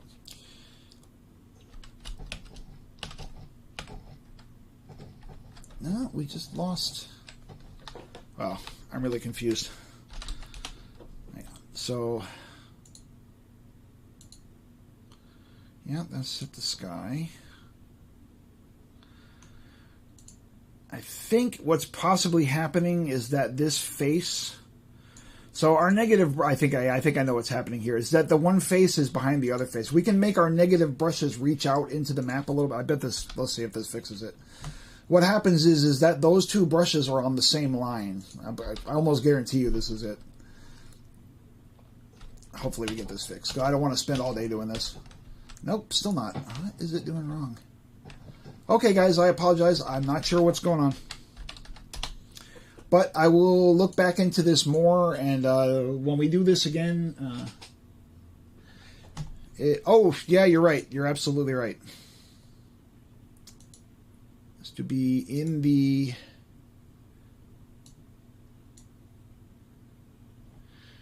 It's possible, but it actually worked before without that, but let's try it. Technically, if it's in the main group, it should cut into everything on the map. But, you know. See if that fixed it. Now, something's happening and it's not digging. I don't know if this is a glitch and maybe I have to restart Quark. What do you do? Really, the way that it works is on a hierarchy. The closer you are to the world spawn, the more important your thing is. So everything else should be done before... Let's try it here. If this doesn't work, guys, I'm just going to get off this subject until I can look into it and figure out what it did wrong, because I don't want to spend all day, you know, trial and error messing with this. Y'all got the idea from the way we had it working before of what you can do with it. We can get more into it later, but I don't think... No, I don't know why. Something's not digging.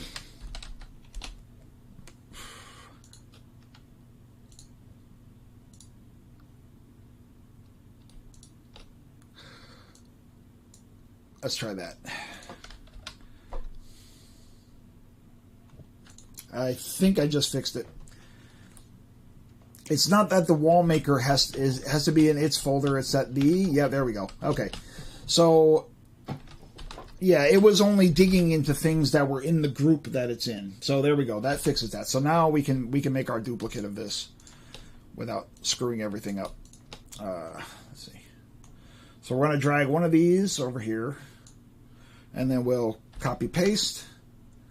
Drag another one over here. Paste. Drag another one over here, just because. And if this doesn't crash the program, I don't think anything will. So, okay, I'm going to go back and show you what I changed in a second to get. Okay, so there you go. So now imagine trying to do this in BSP. I mean, you can. I'm sure all of you can readily imagine how much pain you would be in for if you were to actually do all this. And of course, they can be moved, they can be rotated, they can be changed, they can be made so that they're all different, you know, whatever you want to do. So let me show you in the editor what I had to fix. So the cubes, right? World spawn is technically a group, right? The cubes will dig into anything that's also in the same group that they're in. Kind of forgot about this over the years, so. So if you want to, we could actually put the cubes into the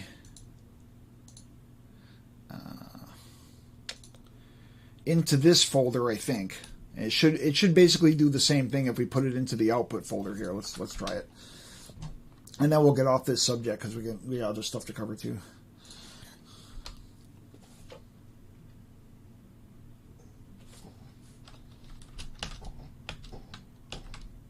Yeah, okay, so the negative polygons, will dig into anything that's in their group or a group that's within their group, but not up the chain. So that way you can keep it from digging into stuff you don't want it to dig into. Okay, so that covers that for a minute. Let me see. My texty here. Okay, Quark UI. Tagging faces, tagging vertices, path duplicator, wall maker. Okay, well, I've basically covered... Where are we at here? Oh, we still got some time. Okay, so let me see here. What else do I want to look at?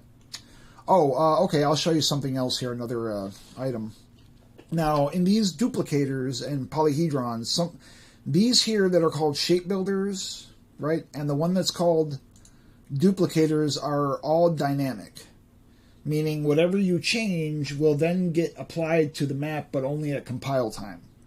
So that you can make changes and stuff without having to move a million brushes around. So we can make here, all right, see this brush arch cap maker. This is really neat. I'm going to show you here. All right, so now what we have here is an arch, right? But what we want to do, if we go to its specifics for the... okay, so we're going to leave it inverted. Make it go lower. No. Yeah, on side. I'm going to do like that. We're going to make it connect, right? And we're going to put the subdivide to 10. Okay. So now this brush needs to go... that way? Yeah. Okay.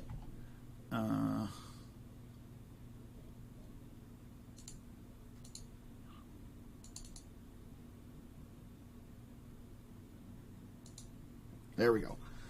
So now we have this, right? I'm going to take this.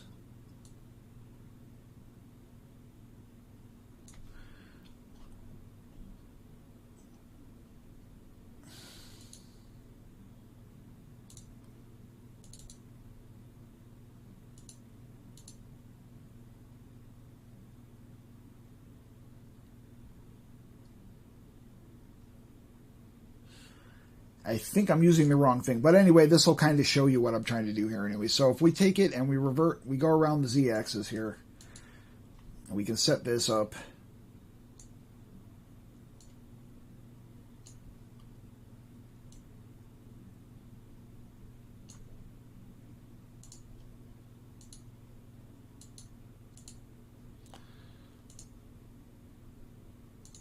And we'll give this the door texture.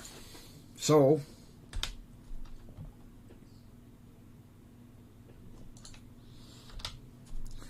this is just one example of the kind of thing you could do, and that way we actually will have a ramp. And not only a ramp, but a ramp that you can resize simply by moving a brush around, and all the faces of the brush will move together. And there's a way to do, trying to remember how to do, there's a way to do a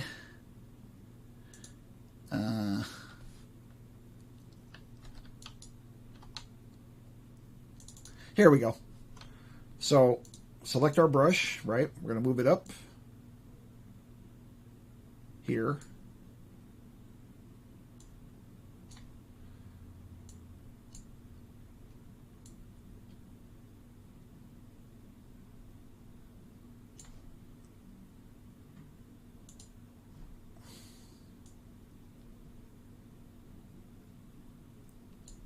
All right, I need to rotate it freely here.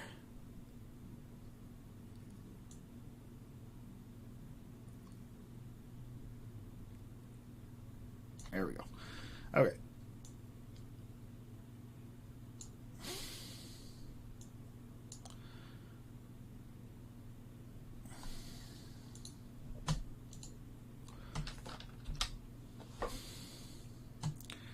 Yeah, so this parameter called thickness changes it from like an arch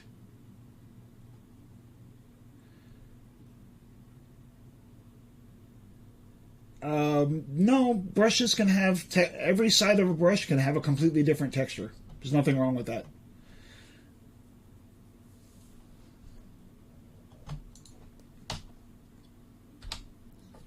That also works in BSP. So let me show you what I did here real quick. So this was just one real quick solution to having our Shazam bridge. So, you know, the benefit of doing it with something like this. Now you can make changes to it to change the shape and things like that. But the benefit of doing it this way is if you want to change the size of your map, you just have to change one brush to change the size of your bridge. And you could put like a, you know, you could put a brush here at an angle to catch the bridge.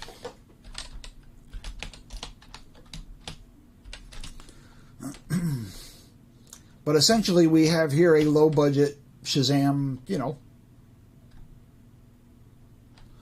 We have a low budget Shazam 22 or Shazam 11 or whatever it was. Hold on, let me check the... Hey, what's up, Uni? Oh, well, I was saying hello to you, Uni, but you can't hear me, so... hold on, I'm reading questions for a second, guys. Hold on.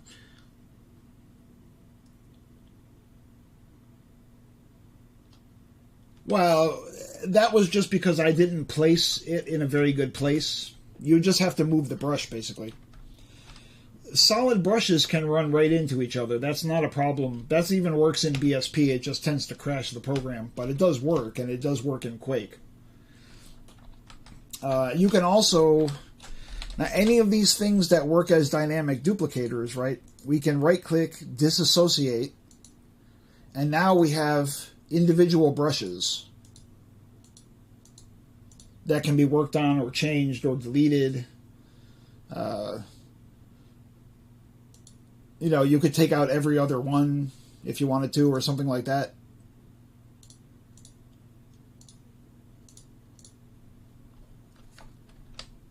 Put this back.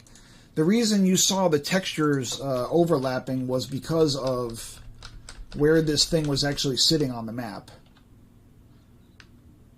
If we actually move it up, because we're using a thickness of, where is it? Let's set the thickness to 16. And now we won't have that problem.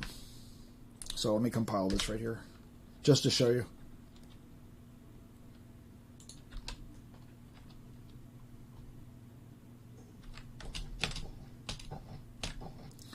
Basically, they were just sitting at the same level.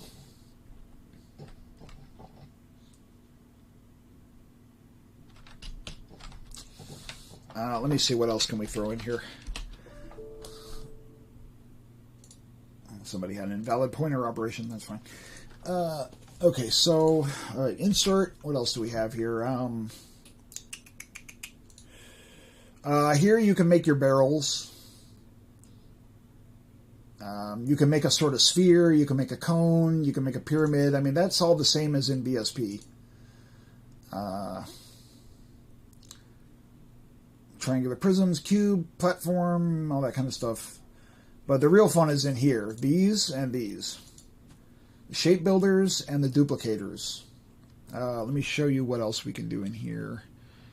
Let's see.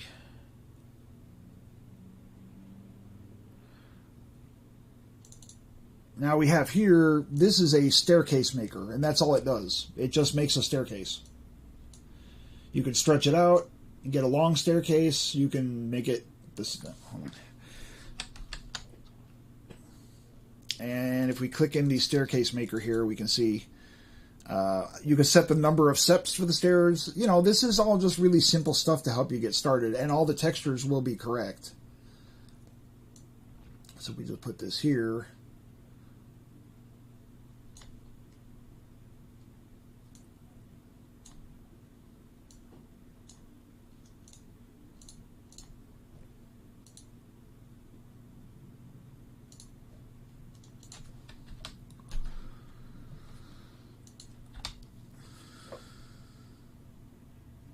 Yeah, you can texture all the views. You can texture all the 2D views, all the 3D views. Everything can be textured. Everything can show.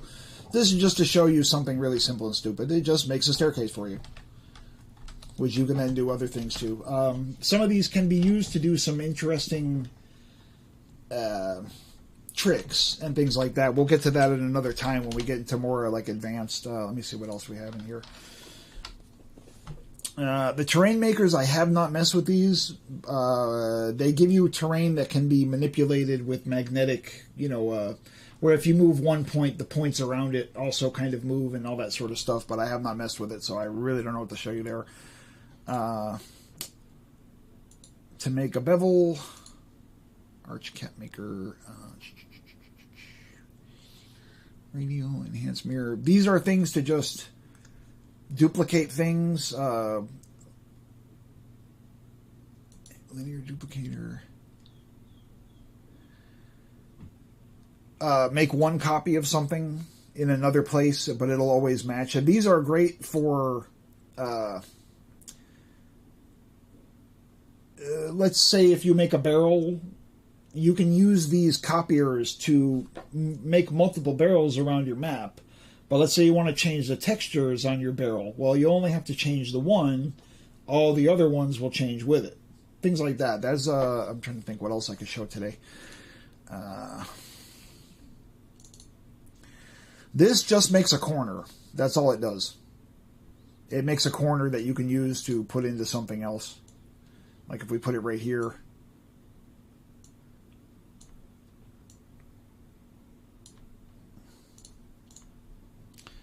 Change the texture to the Rock 2-1. Simple stuff. This is just all really basic, simple stuff.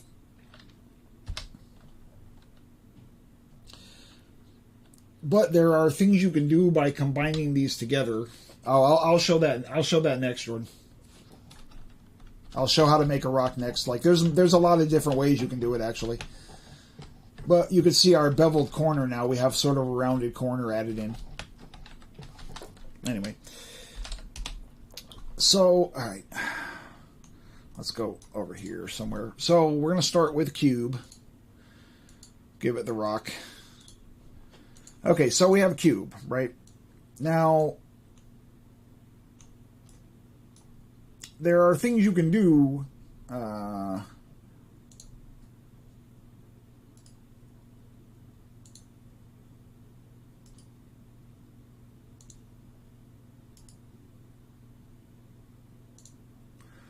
To get like a sort of basic rock shape. There's different things you can do. You can just cut out here and then resize.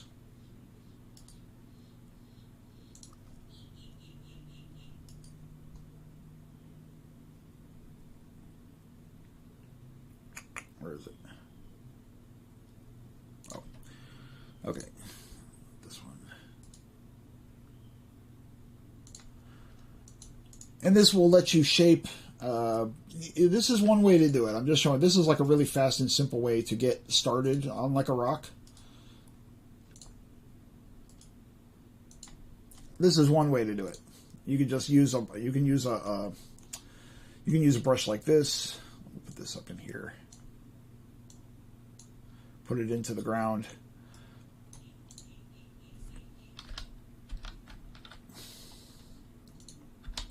You can also cut by using the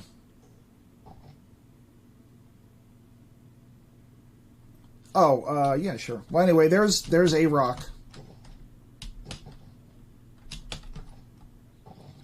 And there's variations on the same thing. You can add more. You can combine two brushes together. Okay, so you want to make a wooden beam and actually rotate the textures. Okay, hold on. So let's make a cube. We'll make this into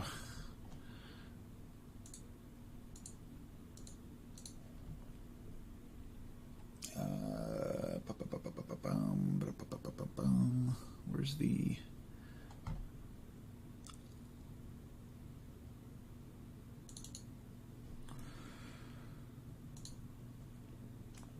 so hold on, let me create an angled wooden beam and that it's not misaligned, and then flip it.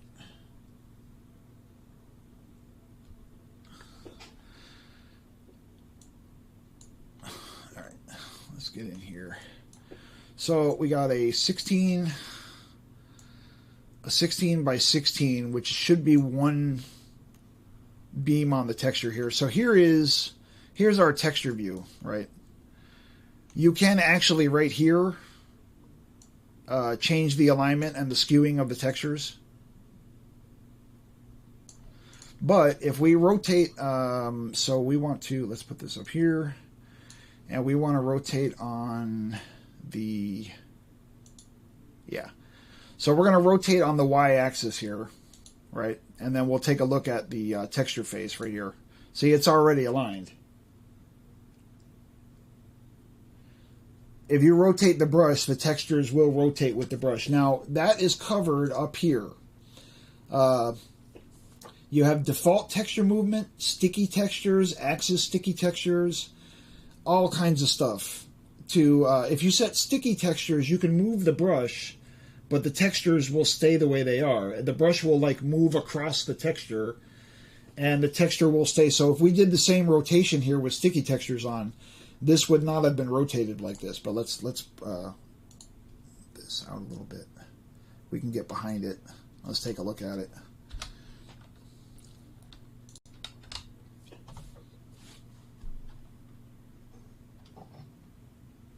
Okay, see, now I'm rotated sideways on the texture, though, which is not what we want. So, hold on.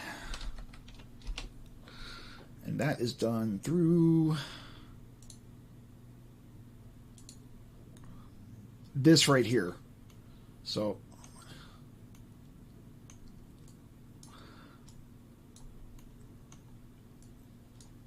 show me. Okay, so this right here will rotate the entire texture around.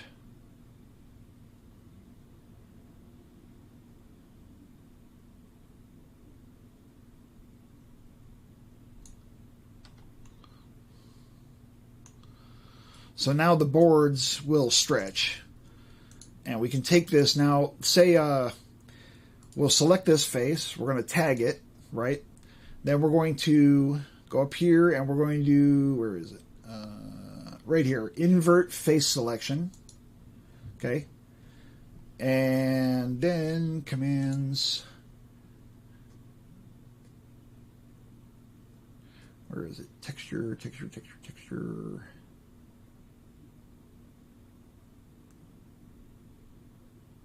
Wait, hold on.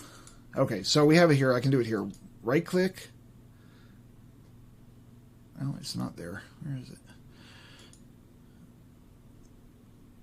Okay, guys, I don't remember how to do that. We'll have to cover that later. But we have one selected. We can select another one. So we'll select the top face. Right-click. Texture. Wrapping. From tagged. So now the side face and the top face should be properly aligned. Ah, okay. No problem. Let me shut that off.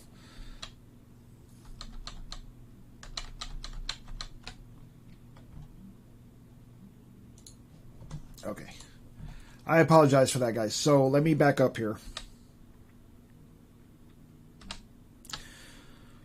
Okay, so we're going to select the one face. We're going to tag it, right? Then we're going to select another face. Right-click, texture, wrapping from tagged. And that should make the texture come from the side and wrap around to the top. So we'll see what that looks like.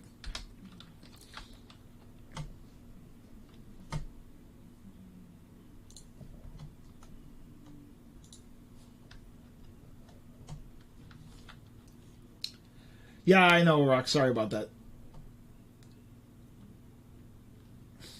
Yeah, if you turn sticky textures on, it'll work the way it worked in BSP. I think BSP actually has an option to do that too, but I mean, I don't really know. Oh, clicking on the wrong thing. All right. There we go.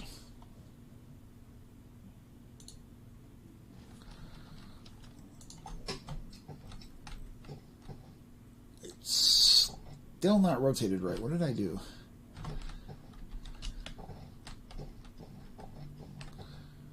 I think I undid my rotation. Hold on.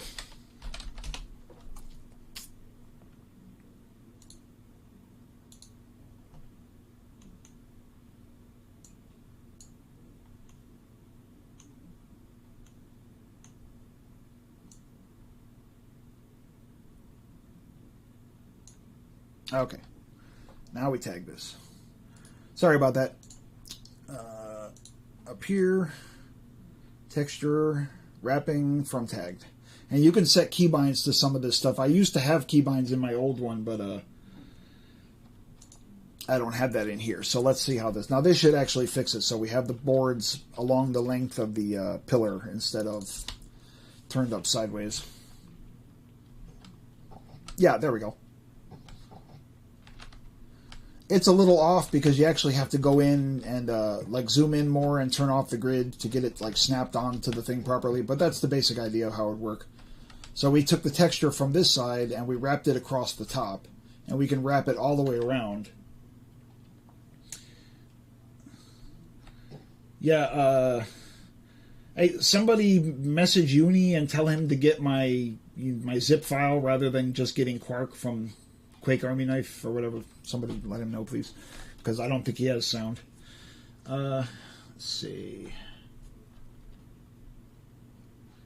Yeah, cut, glue, and wrap, dude. You do a lot of that in this program. I mean, that's really not much to show. I'm gonna go through something real quick that I covered before some of you were here, which was the a little quick guide to lighting with Argrad. Yeah, BSP has a wall maker too, but it's not dynamic, right? It has some of the same tools, they're just not dynamic. Once you do it, you're done. And if you want to do it again, you got to start from the beginning, kind of thing. So I was showing Zhonghua before how we do the how I do the lighting, and what all these crazy numbers here mean. So all we're really concerned with is from here to here. These three sections right here, we're going to change how this map is lighting. Ambient light, I like to keep this at about 2 so that there's never any utter darkness on the map. Sky surface, this is actually like a big sort of floodlight effect. We'll put that like 32. Sky ambient, we're going to put that to, say, 4. Here's the tricky part, and this is what everybody is missing. All the maps I see from the last couple of years, nobody, I don't think, knows about this, or you guys ignored it or didn't like it. I don't really know. But sun angle, we're going to set to 135 and minus 130. The 135, so let's go to the overhead view here.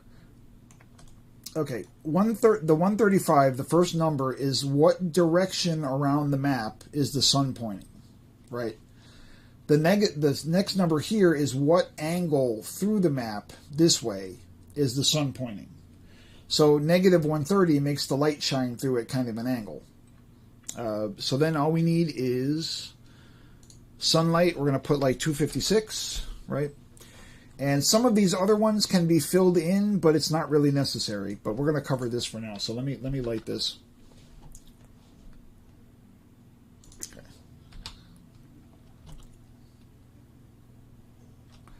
And now we have. Let me get out.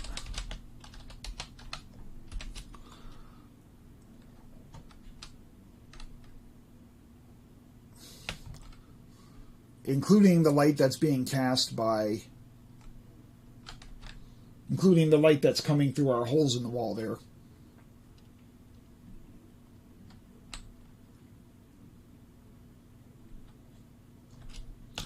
And you guys are a little bit behind me, so I gotta hold off here.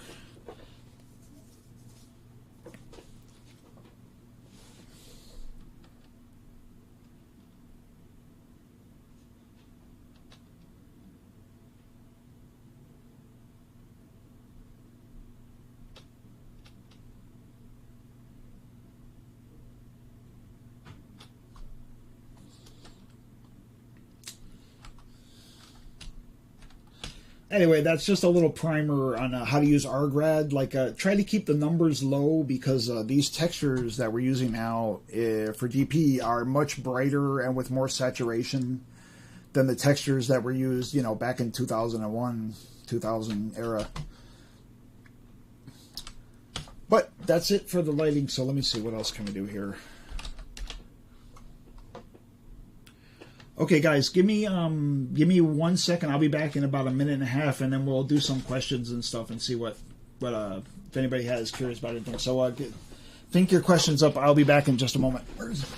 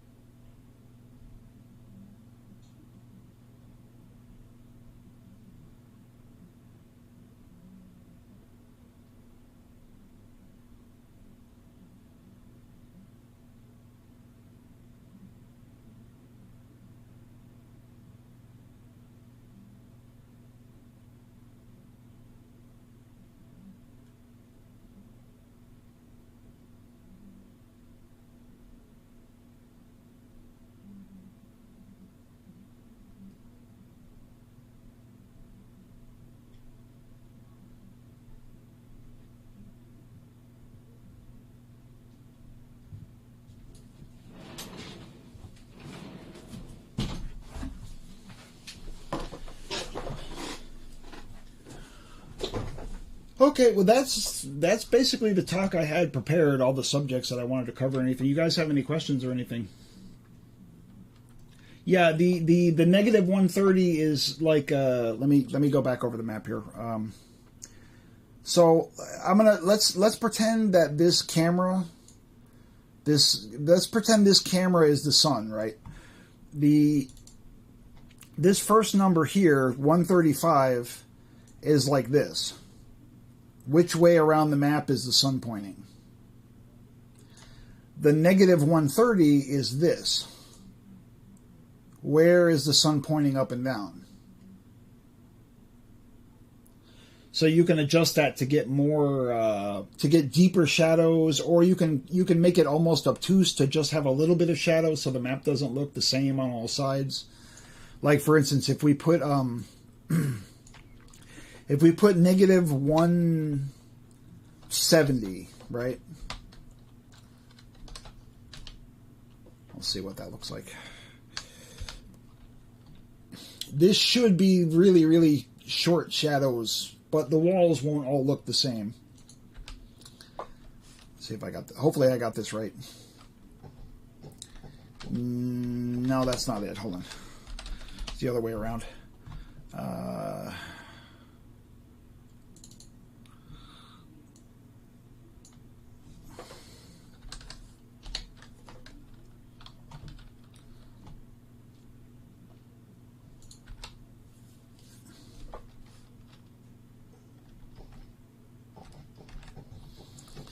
Yeah, now the shadows are almost straight up and down. You can play with that number. You see there's a little shadow here, but on this wall there isn't one. And the walls won't look exactly the same and things like that. It just gives you it adds more variety to the textures on your map.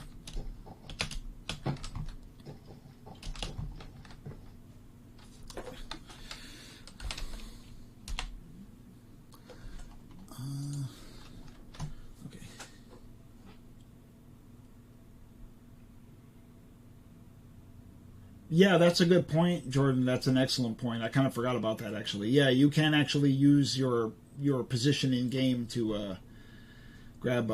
Uni, are you listening now, or are you still just watching?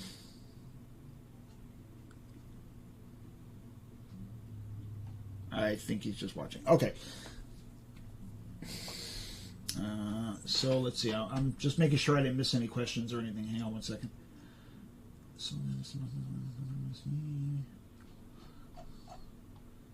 Oh, okay. What's up, Uni? How you doing, buddy?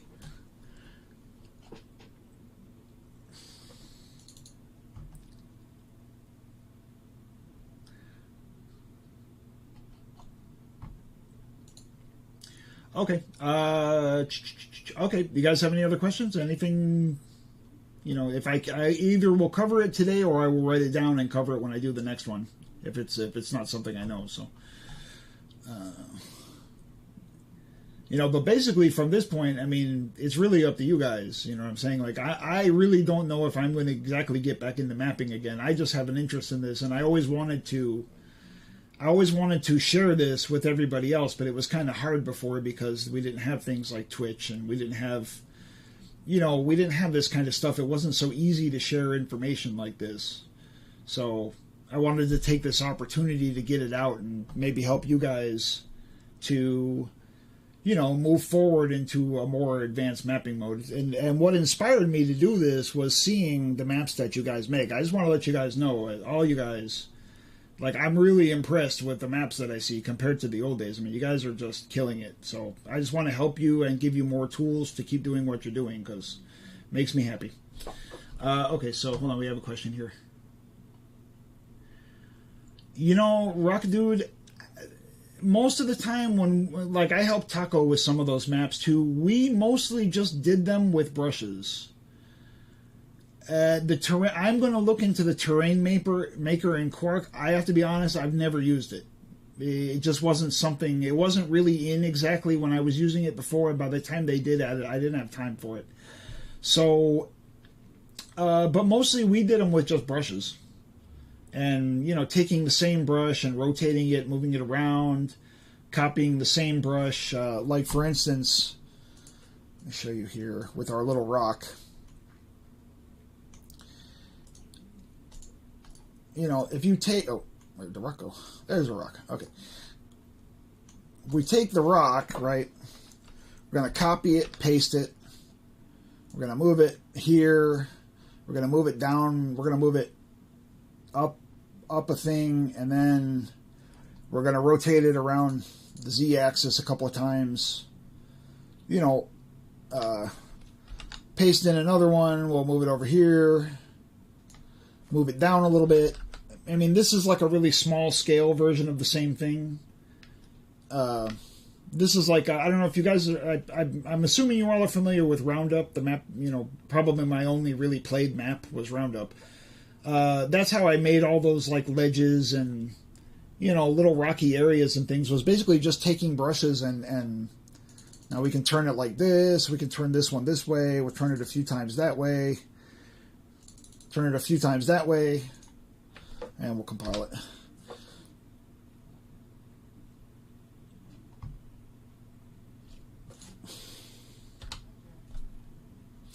You would basically be doing the same thing I'm doing here, but with, you know, with larger chunks so that you don't make so many brushes. Yeah. Hold on one second. Anyway, so there's like a rocky outcropping made in just a few seconds, basically using the same rock 3 times and just rotate it and move it around. And you make something that looks kind of natural. And really it's just the same shape 3 times.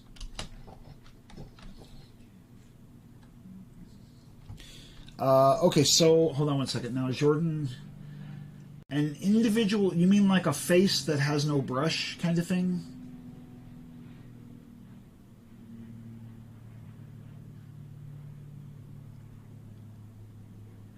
We're on kind of a long delay here, guys, so like by the time I see the chat.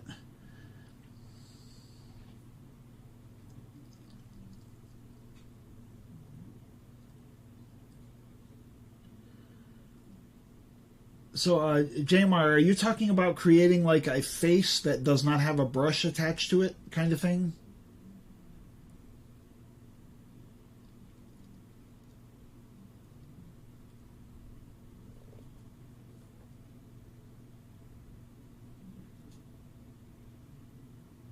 Oh, I'll show you a quick. All right.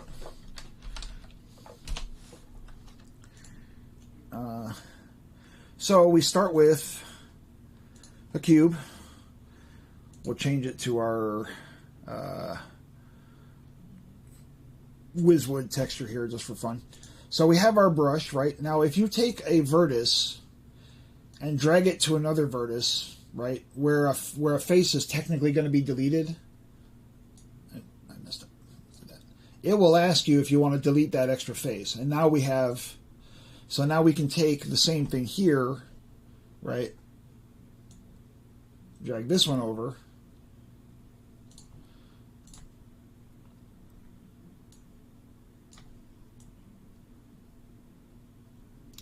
If I can find it, there we go. So you're talking about something like that? Oh, I see what you're saying. I see what you're saying. Well, if you want to do that, what I would recommend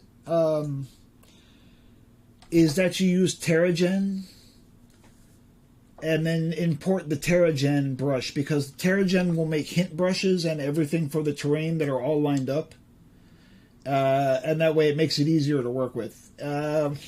Like I said, there is a terrain maker in here. I have not used it. I'm going to mess with it. But you guys can look into it and see and maybe show me, because I just never really got to use that in the past.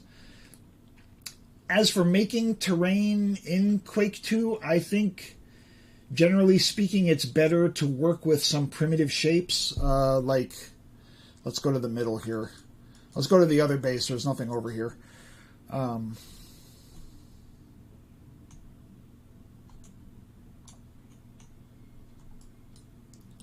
Where's our player? Let's take our player. We'll move him over here.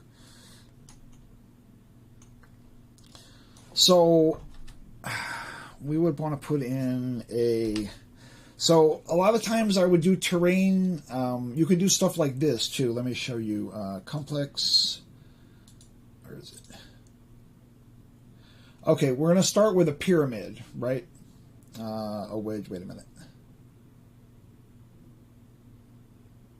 No, that's not what we want. I want to start with a prism.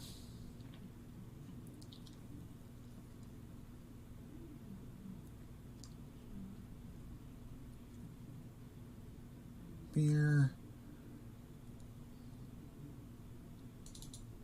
Okay, so we're going to start with this pyramid shape, right? Let's give it a texture.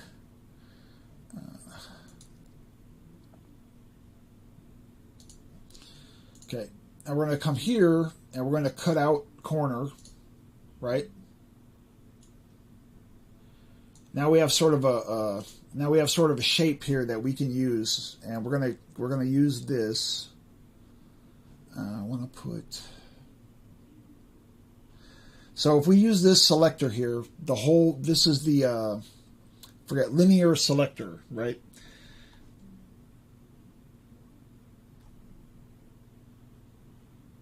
Yeah, you can do the same thing. There's no problem. But I'm going to show you another way to make a kind of terrain here. And this is something I helped someone else with for a map that we never got to finish. So this is kind of new to some people. We're going to take this brush, right? We're going to shrink it so we get a better angle, right? Now we're going to take it and we're going to put it here, right? I'll move it over here.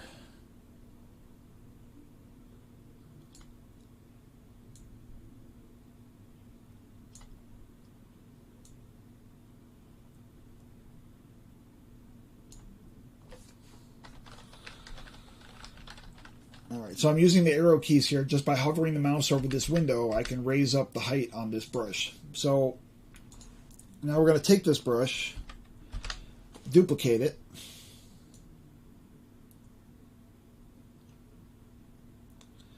I think I actually did do this for... there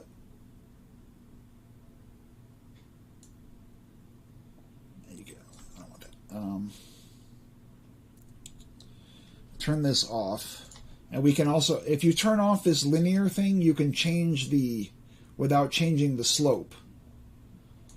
This is just one example. You could use different shapes to do sort of like the same effect, and then we could rotate them around. And then we can make like a really big one. We'll get the linear selector back. That's this one.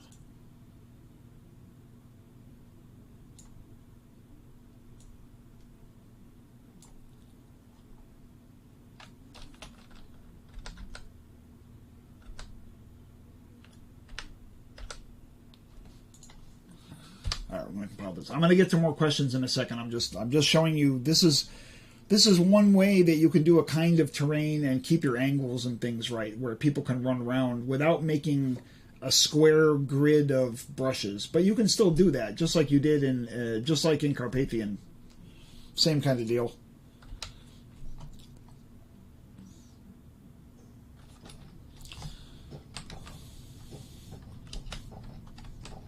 So that's like one trick. That's one trick that I would use to make terrain that doesn't catch, you know, doesn't catch you and slow you down and things like that. That one's unclimbable, but this one isn't. Yeah, see, you have to mess with the angles and everything, but you get the idea. So that's one type of terrain that you can do just by using different shapes. Same way that I did the rock, because you know, terrain that comes from those programs is only useful for so far. Let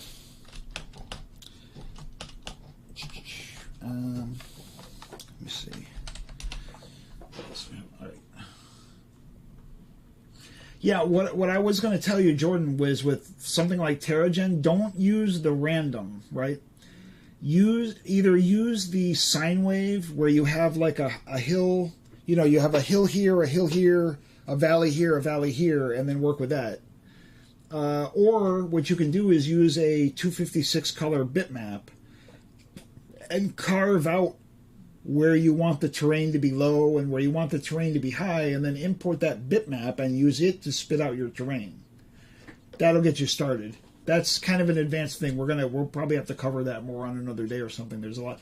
Yeah, you have clip brushes. Same thing. You just make a brush. Here, I'll show you. I'll make a clip brush right now. We can make. We just make a brush. We make a cube. Turn off the linear. So we're gonna put this cube right in the middle of our terrain thing, and then all you do is go to select texture, P-ball, clip. There you go, clip brush.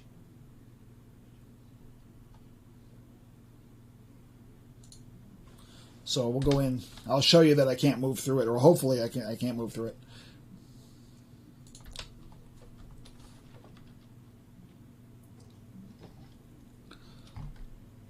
Yeah, see, clip brush. Okay, now the clipping plane, that can be done a lot of different ways. Mostly what I would do is create a brush just like we have here, except give it the texture that you want to apply to what you clip. Right, so if you're working on something that has this PB Grass 1 texture, the sand, you would actually make a brush that texture, right? And then use the, you can use the linear editor, or you can use these to get different angles on it. And so we make another brush. So we'll make another brush, right? See what I'm saying? So if we take this brush and we tag, so this is really important. This is really important. Everything in this program works on the tagging, the cutting. I mean, everything works on tagging. And there's more stuff, including advanced multi-tagging that can wrap textures around a complex object, but that's outside of the scope of today, I think. So we tag that face, and we move this into here, and where is it? Cut poly along tagged. Now move this out of the way, and this brush is now two brushes, both of which have the texture from this brush. So we can delete this one, del key, and now we have that texture cut with that side. So that basically just worked on tagging.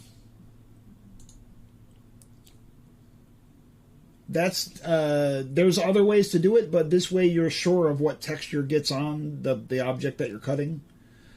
So for instance, I could take this terrain piece right here, tag the face, select this piece, where is it? Cut poly along tagged. And now this is two pieces. And we can delete one, move this back outside the map, and we'll compile.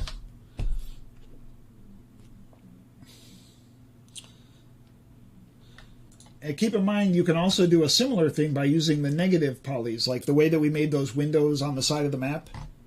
See, that was cut. Same thing with this one. I used that other cube to cut these cubes. And it applies the texture that was on the cutting object to the faces that were cut.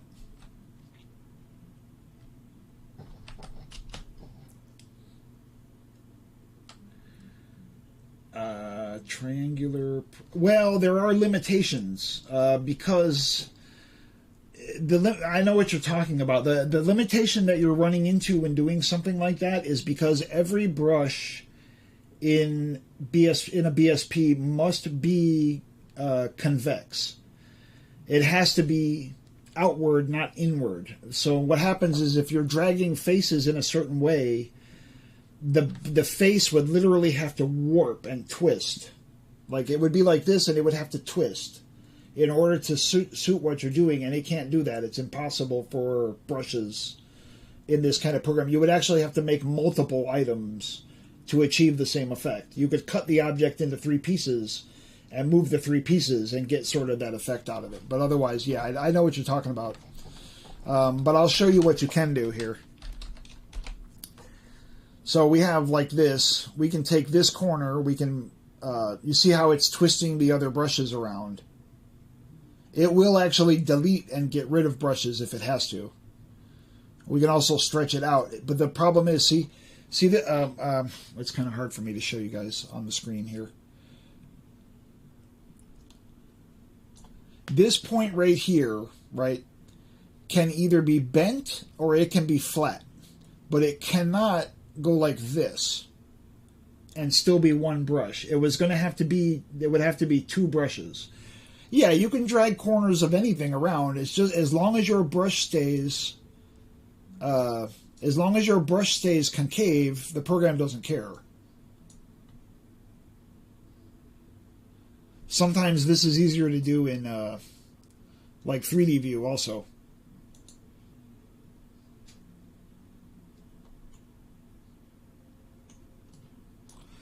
So if we, okay, there we go. So if we select our brush here, you can use this 3D view to tweak some things out. And this in itself can also make a sort of terrain as you drag these points around. As long as the brush, yeah, Uni, just don't worry about it, dude. Did you get my zip file that I posted in the forums and in Discord? Because that has all the instructions and has all the compilers and everything all in one big zip.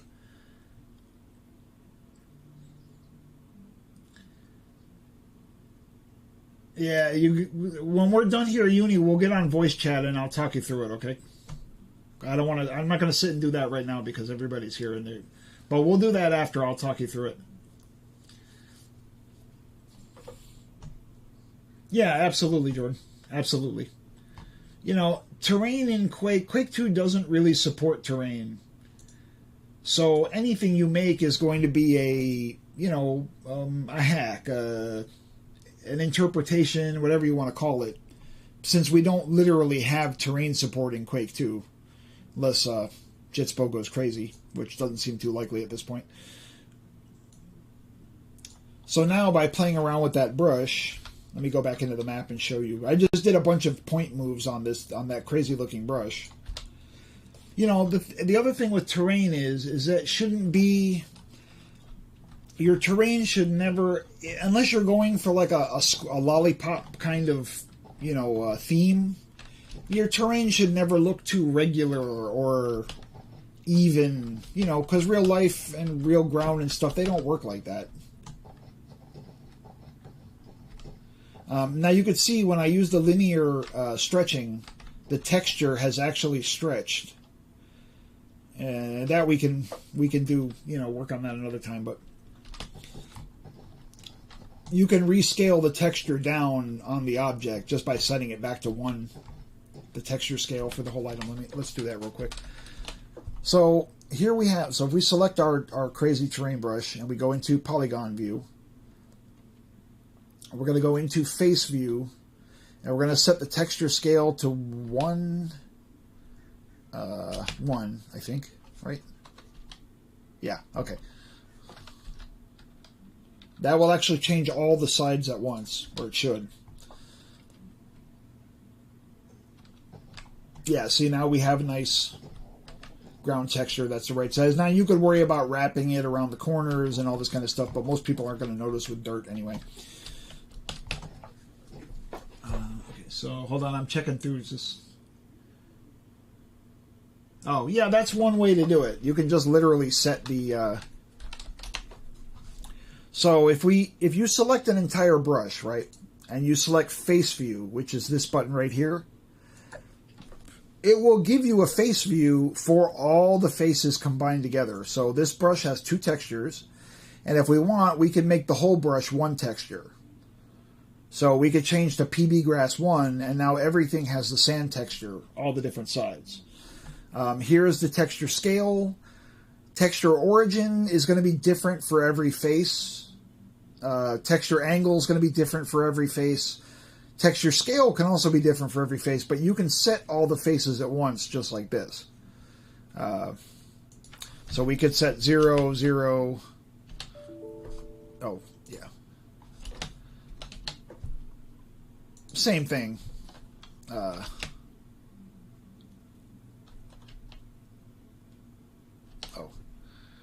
Yeah, I forget how you do this exactly, but...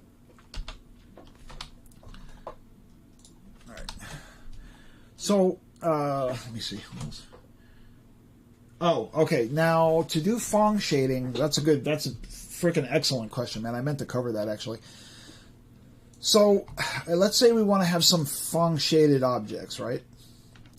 All we got to do is select all 3 objects, right? Go into the polygon view, and right here where it says specifics. The way that you do Phong shading with rgrad is to give it a light value for all the faces that are supposed to be connected, right? Give them a light value of any number.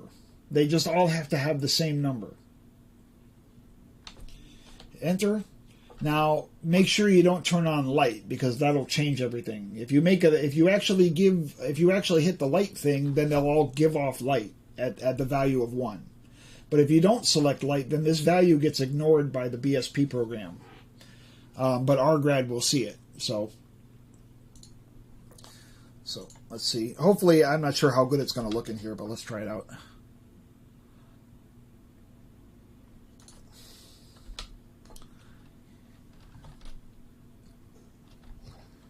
I'm stuck.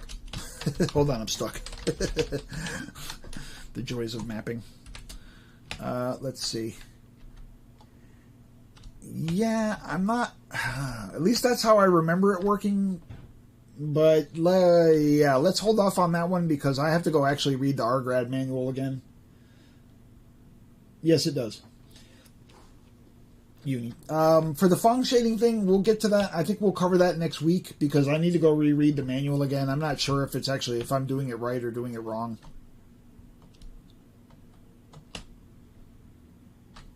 That's how I remember it working, but, you know, if somebody wants to go dig into the text file real quick and double check, I would appreciate that.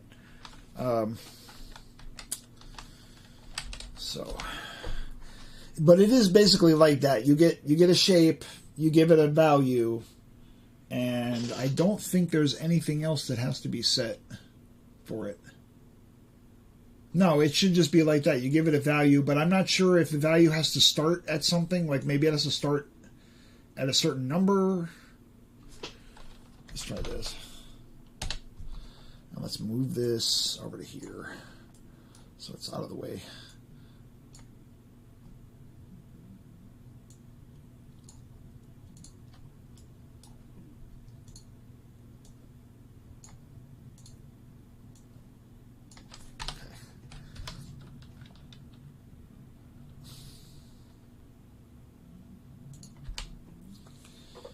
Yeah, anything you want to do Phong shading on? Oh, did I? All right, I'll check that in a second. Yeah. Yeah, I'm not really sure. You know, I had problems with the Phong shading. It's not really all it's cracked up to be. You get a lot of errors. My maps were kind of famous for that, actually. But, yeah, that's pretty much how we're... Phong shading isn't really a matter of Quark. That's just the lighting program that you use. However it works, then it'll still work. Probably we have to set the lighting a little better to actually be able to see the Phong shading. Like if we put, let's see...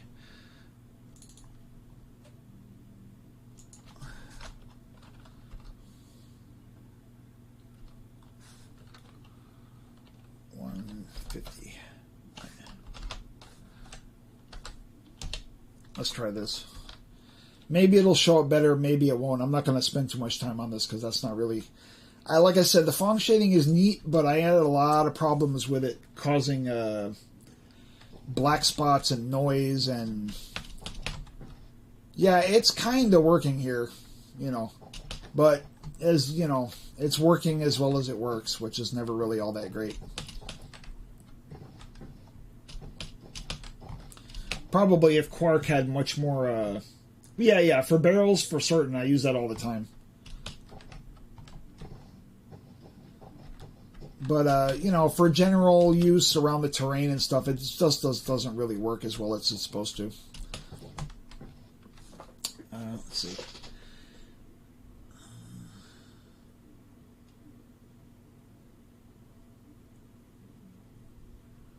Hang on, guys. I'm just reading text for a second here. Did I leave? No. The light... see, when we have nothing selected, like the world spawn... Okay, when you have the whole entire map selected like this, right? This face flag thing is going to show a bunch of weird stuff. Meaning all the faces that are selected have different numbers. We could give them all one big number if we want, but that's not really a good idea. Some of them have no draw, some of them have sky, some of them have light. Those are just, those question marks mean some of the selected faces have that set. If I were to actually click this and then click it, everything in the map would be a light all of a sudden. That's probably what you were seeing before, I think. Let me see. Yeah, no, it's fine. It's fine. Let's see. What else can I do here?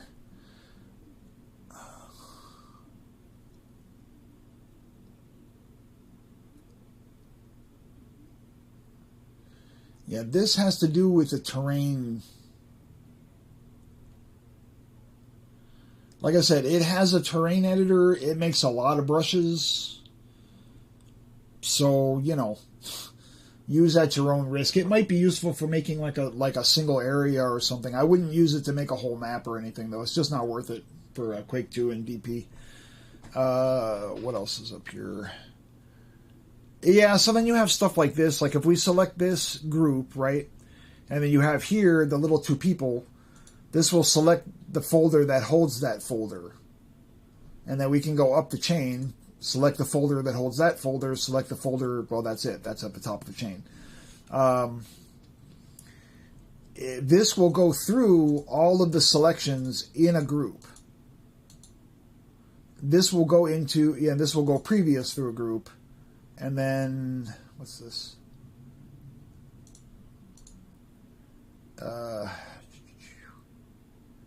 This will lock a selection so that we can't do anything except to that brush. Nothing else is possible to edit. You can unfreeze your selection.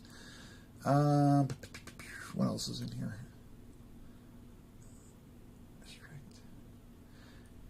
Yeah, you can you could right click something and click here, and the map will zoom in to that object.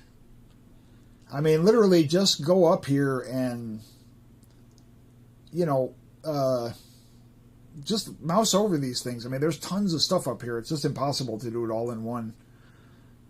Here's some of the tagging stuff. Makes it a lot easier than hitting those...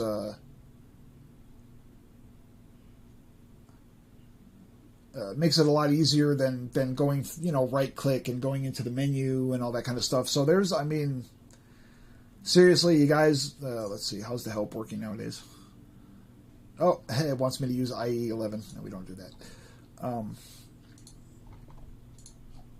So yeah, and then here's the help file, and there's everything that's in here that I showed you is in here, plus a million other things.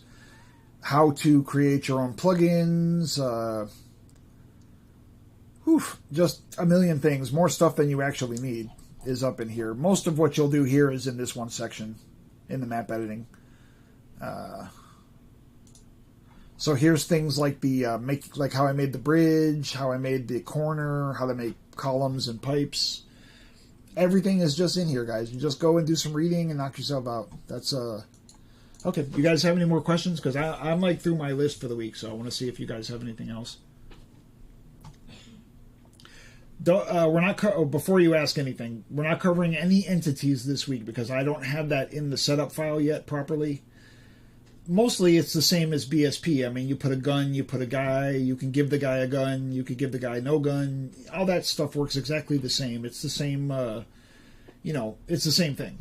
It's literally the same thing. So we're not going to worry about that too much right now. Let's see.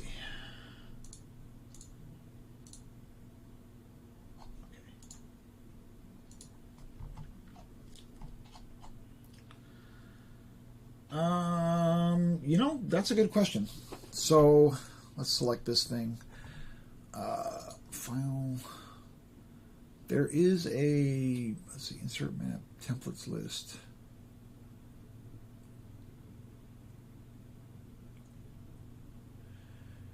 I know there is a way to do that, but I'm trying to remember how to do it.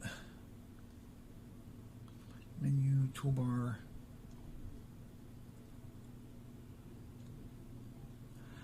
I think what I used to do would be to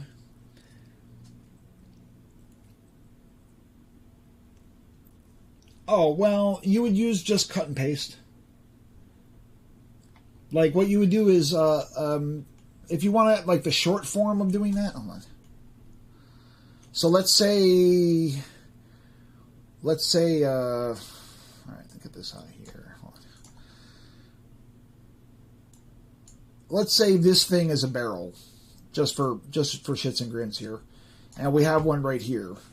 So what I would do is select it, copy paste, drag the new one, right? Copy paste, drag that one. Don't hit paste again because it'll go back to where you were. Yeah, you can. That's another thing, but I'm going to cover that in the next one. That's the duplicators, and that's a whole giant subject of stuff. You can even make duplicates that have different color barrel textures and things like that. That's what but we'll get to that another day because I have to refamiliarize myself with it. I can't really show you. You guys can look into it yourself using, say, where is this?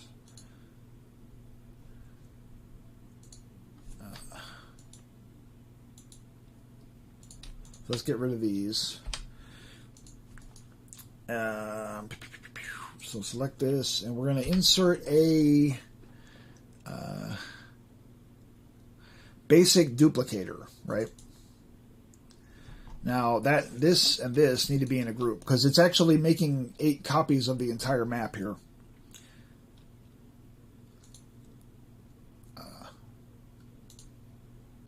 Okay, so now we have those in a group. So now we have, this makes like a linear array of things. So we have here, hold on.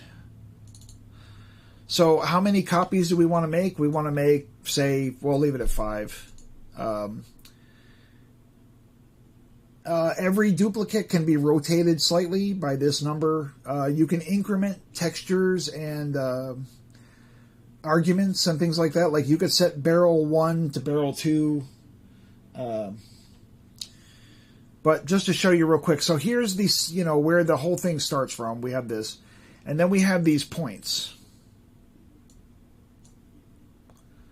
And this will create like an array of objects. That's one kind of duplicator, right? So let me get back out. That's not really what I wanted here, though. So let's do this again.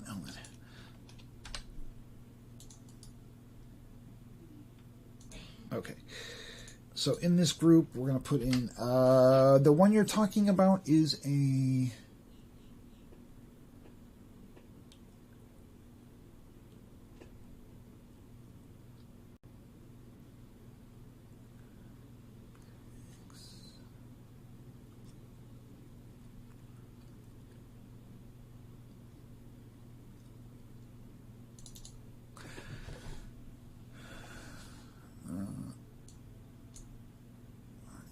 that's the same thing. Yeah, we'll have to get back to this because I don't remember how I did it. But yeah, there is a way to do what you were asking before, because that's what I did. I did that on Roundup with all the barrels and everything. But we're going to have to get onto that another day, because I've got to refamiliarize myself with this stuff, because I really don't remember how to do it. I'll be honest with you. But I'll write that down, and because we're probably going to do this next Saturday again, and maybe we'll do some back and forth with you guys. So let's see. Yeah, Jordan, you're welcome, man. No problem, bro. Like I said, bro, you guys really impressed me. I came back to paintball. I started looking at maps, and I was like, holy shit, these people actually care. And that's all I really was waiting around. Rockadude, okay, we covered that earlier, but I'll do it again here. You would use, so in here,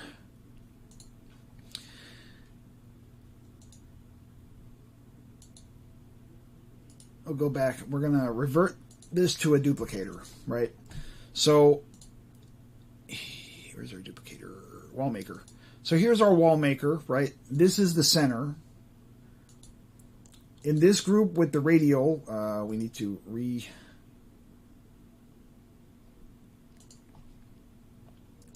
Basically, I had this side and I have this side.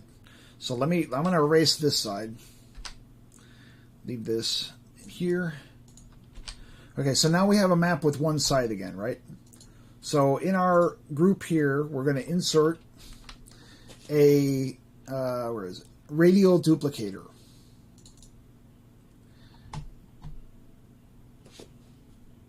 And that is, where is it? Okay.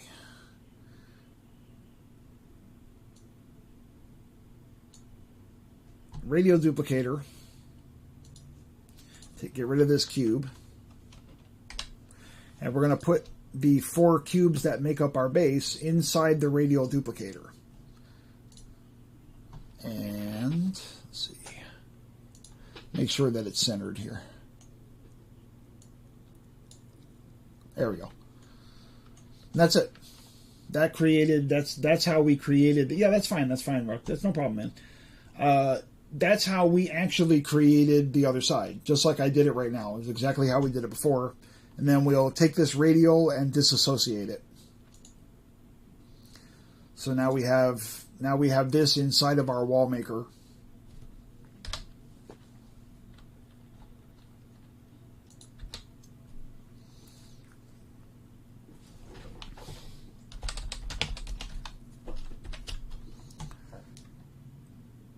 And some stuff has disappeared.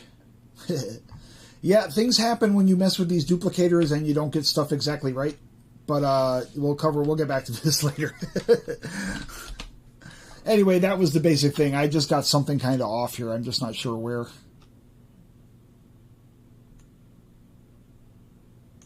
Where is it? That's fine. So let's take this out.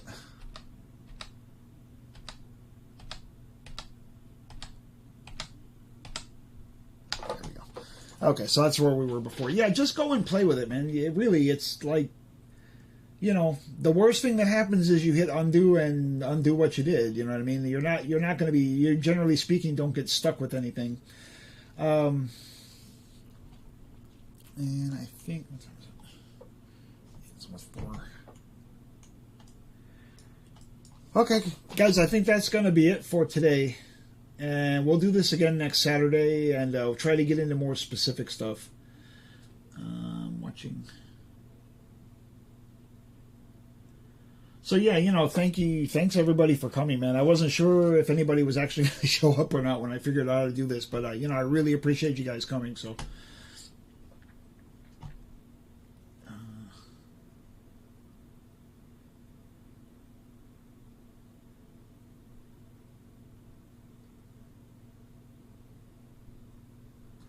Okay, so, you guys have homework. Go make something. Oh, really, Annie? That's funny. Well, you did see me a long time ago, because I posted a video of myself flipping the bird to everybody in paintball. I don't know if you actually saw that or not, but... Thanks, Jordan. I appreciate that, man. Whew. Oh, okay. Well, welcome to my face, Uni. That's your life is now complete. You've seen fourth time in the flesh. Okay, guys, that's it. I'm gonna shut this down because I am starving.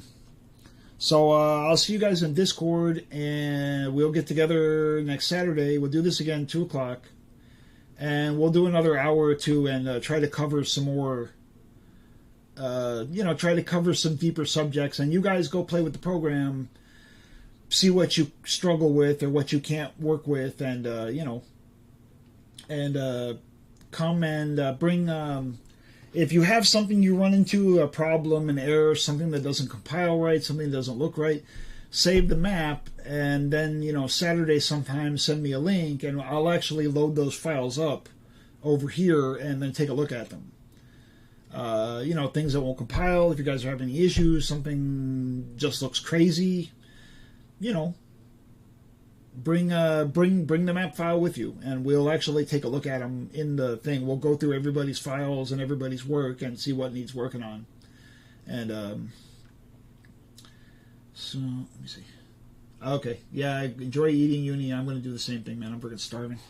Okay, guys, thanks again. I'm going to shut this down now. So I'll see you guys in Discord. Y'all have a nice day, okay?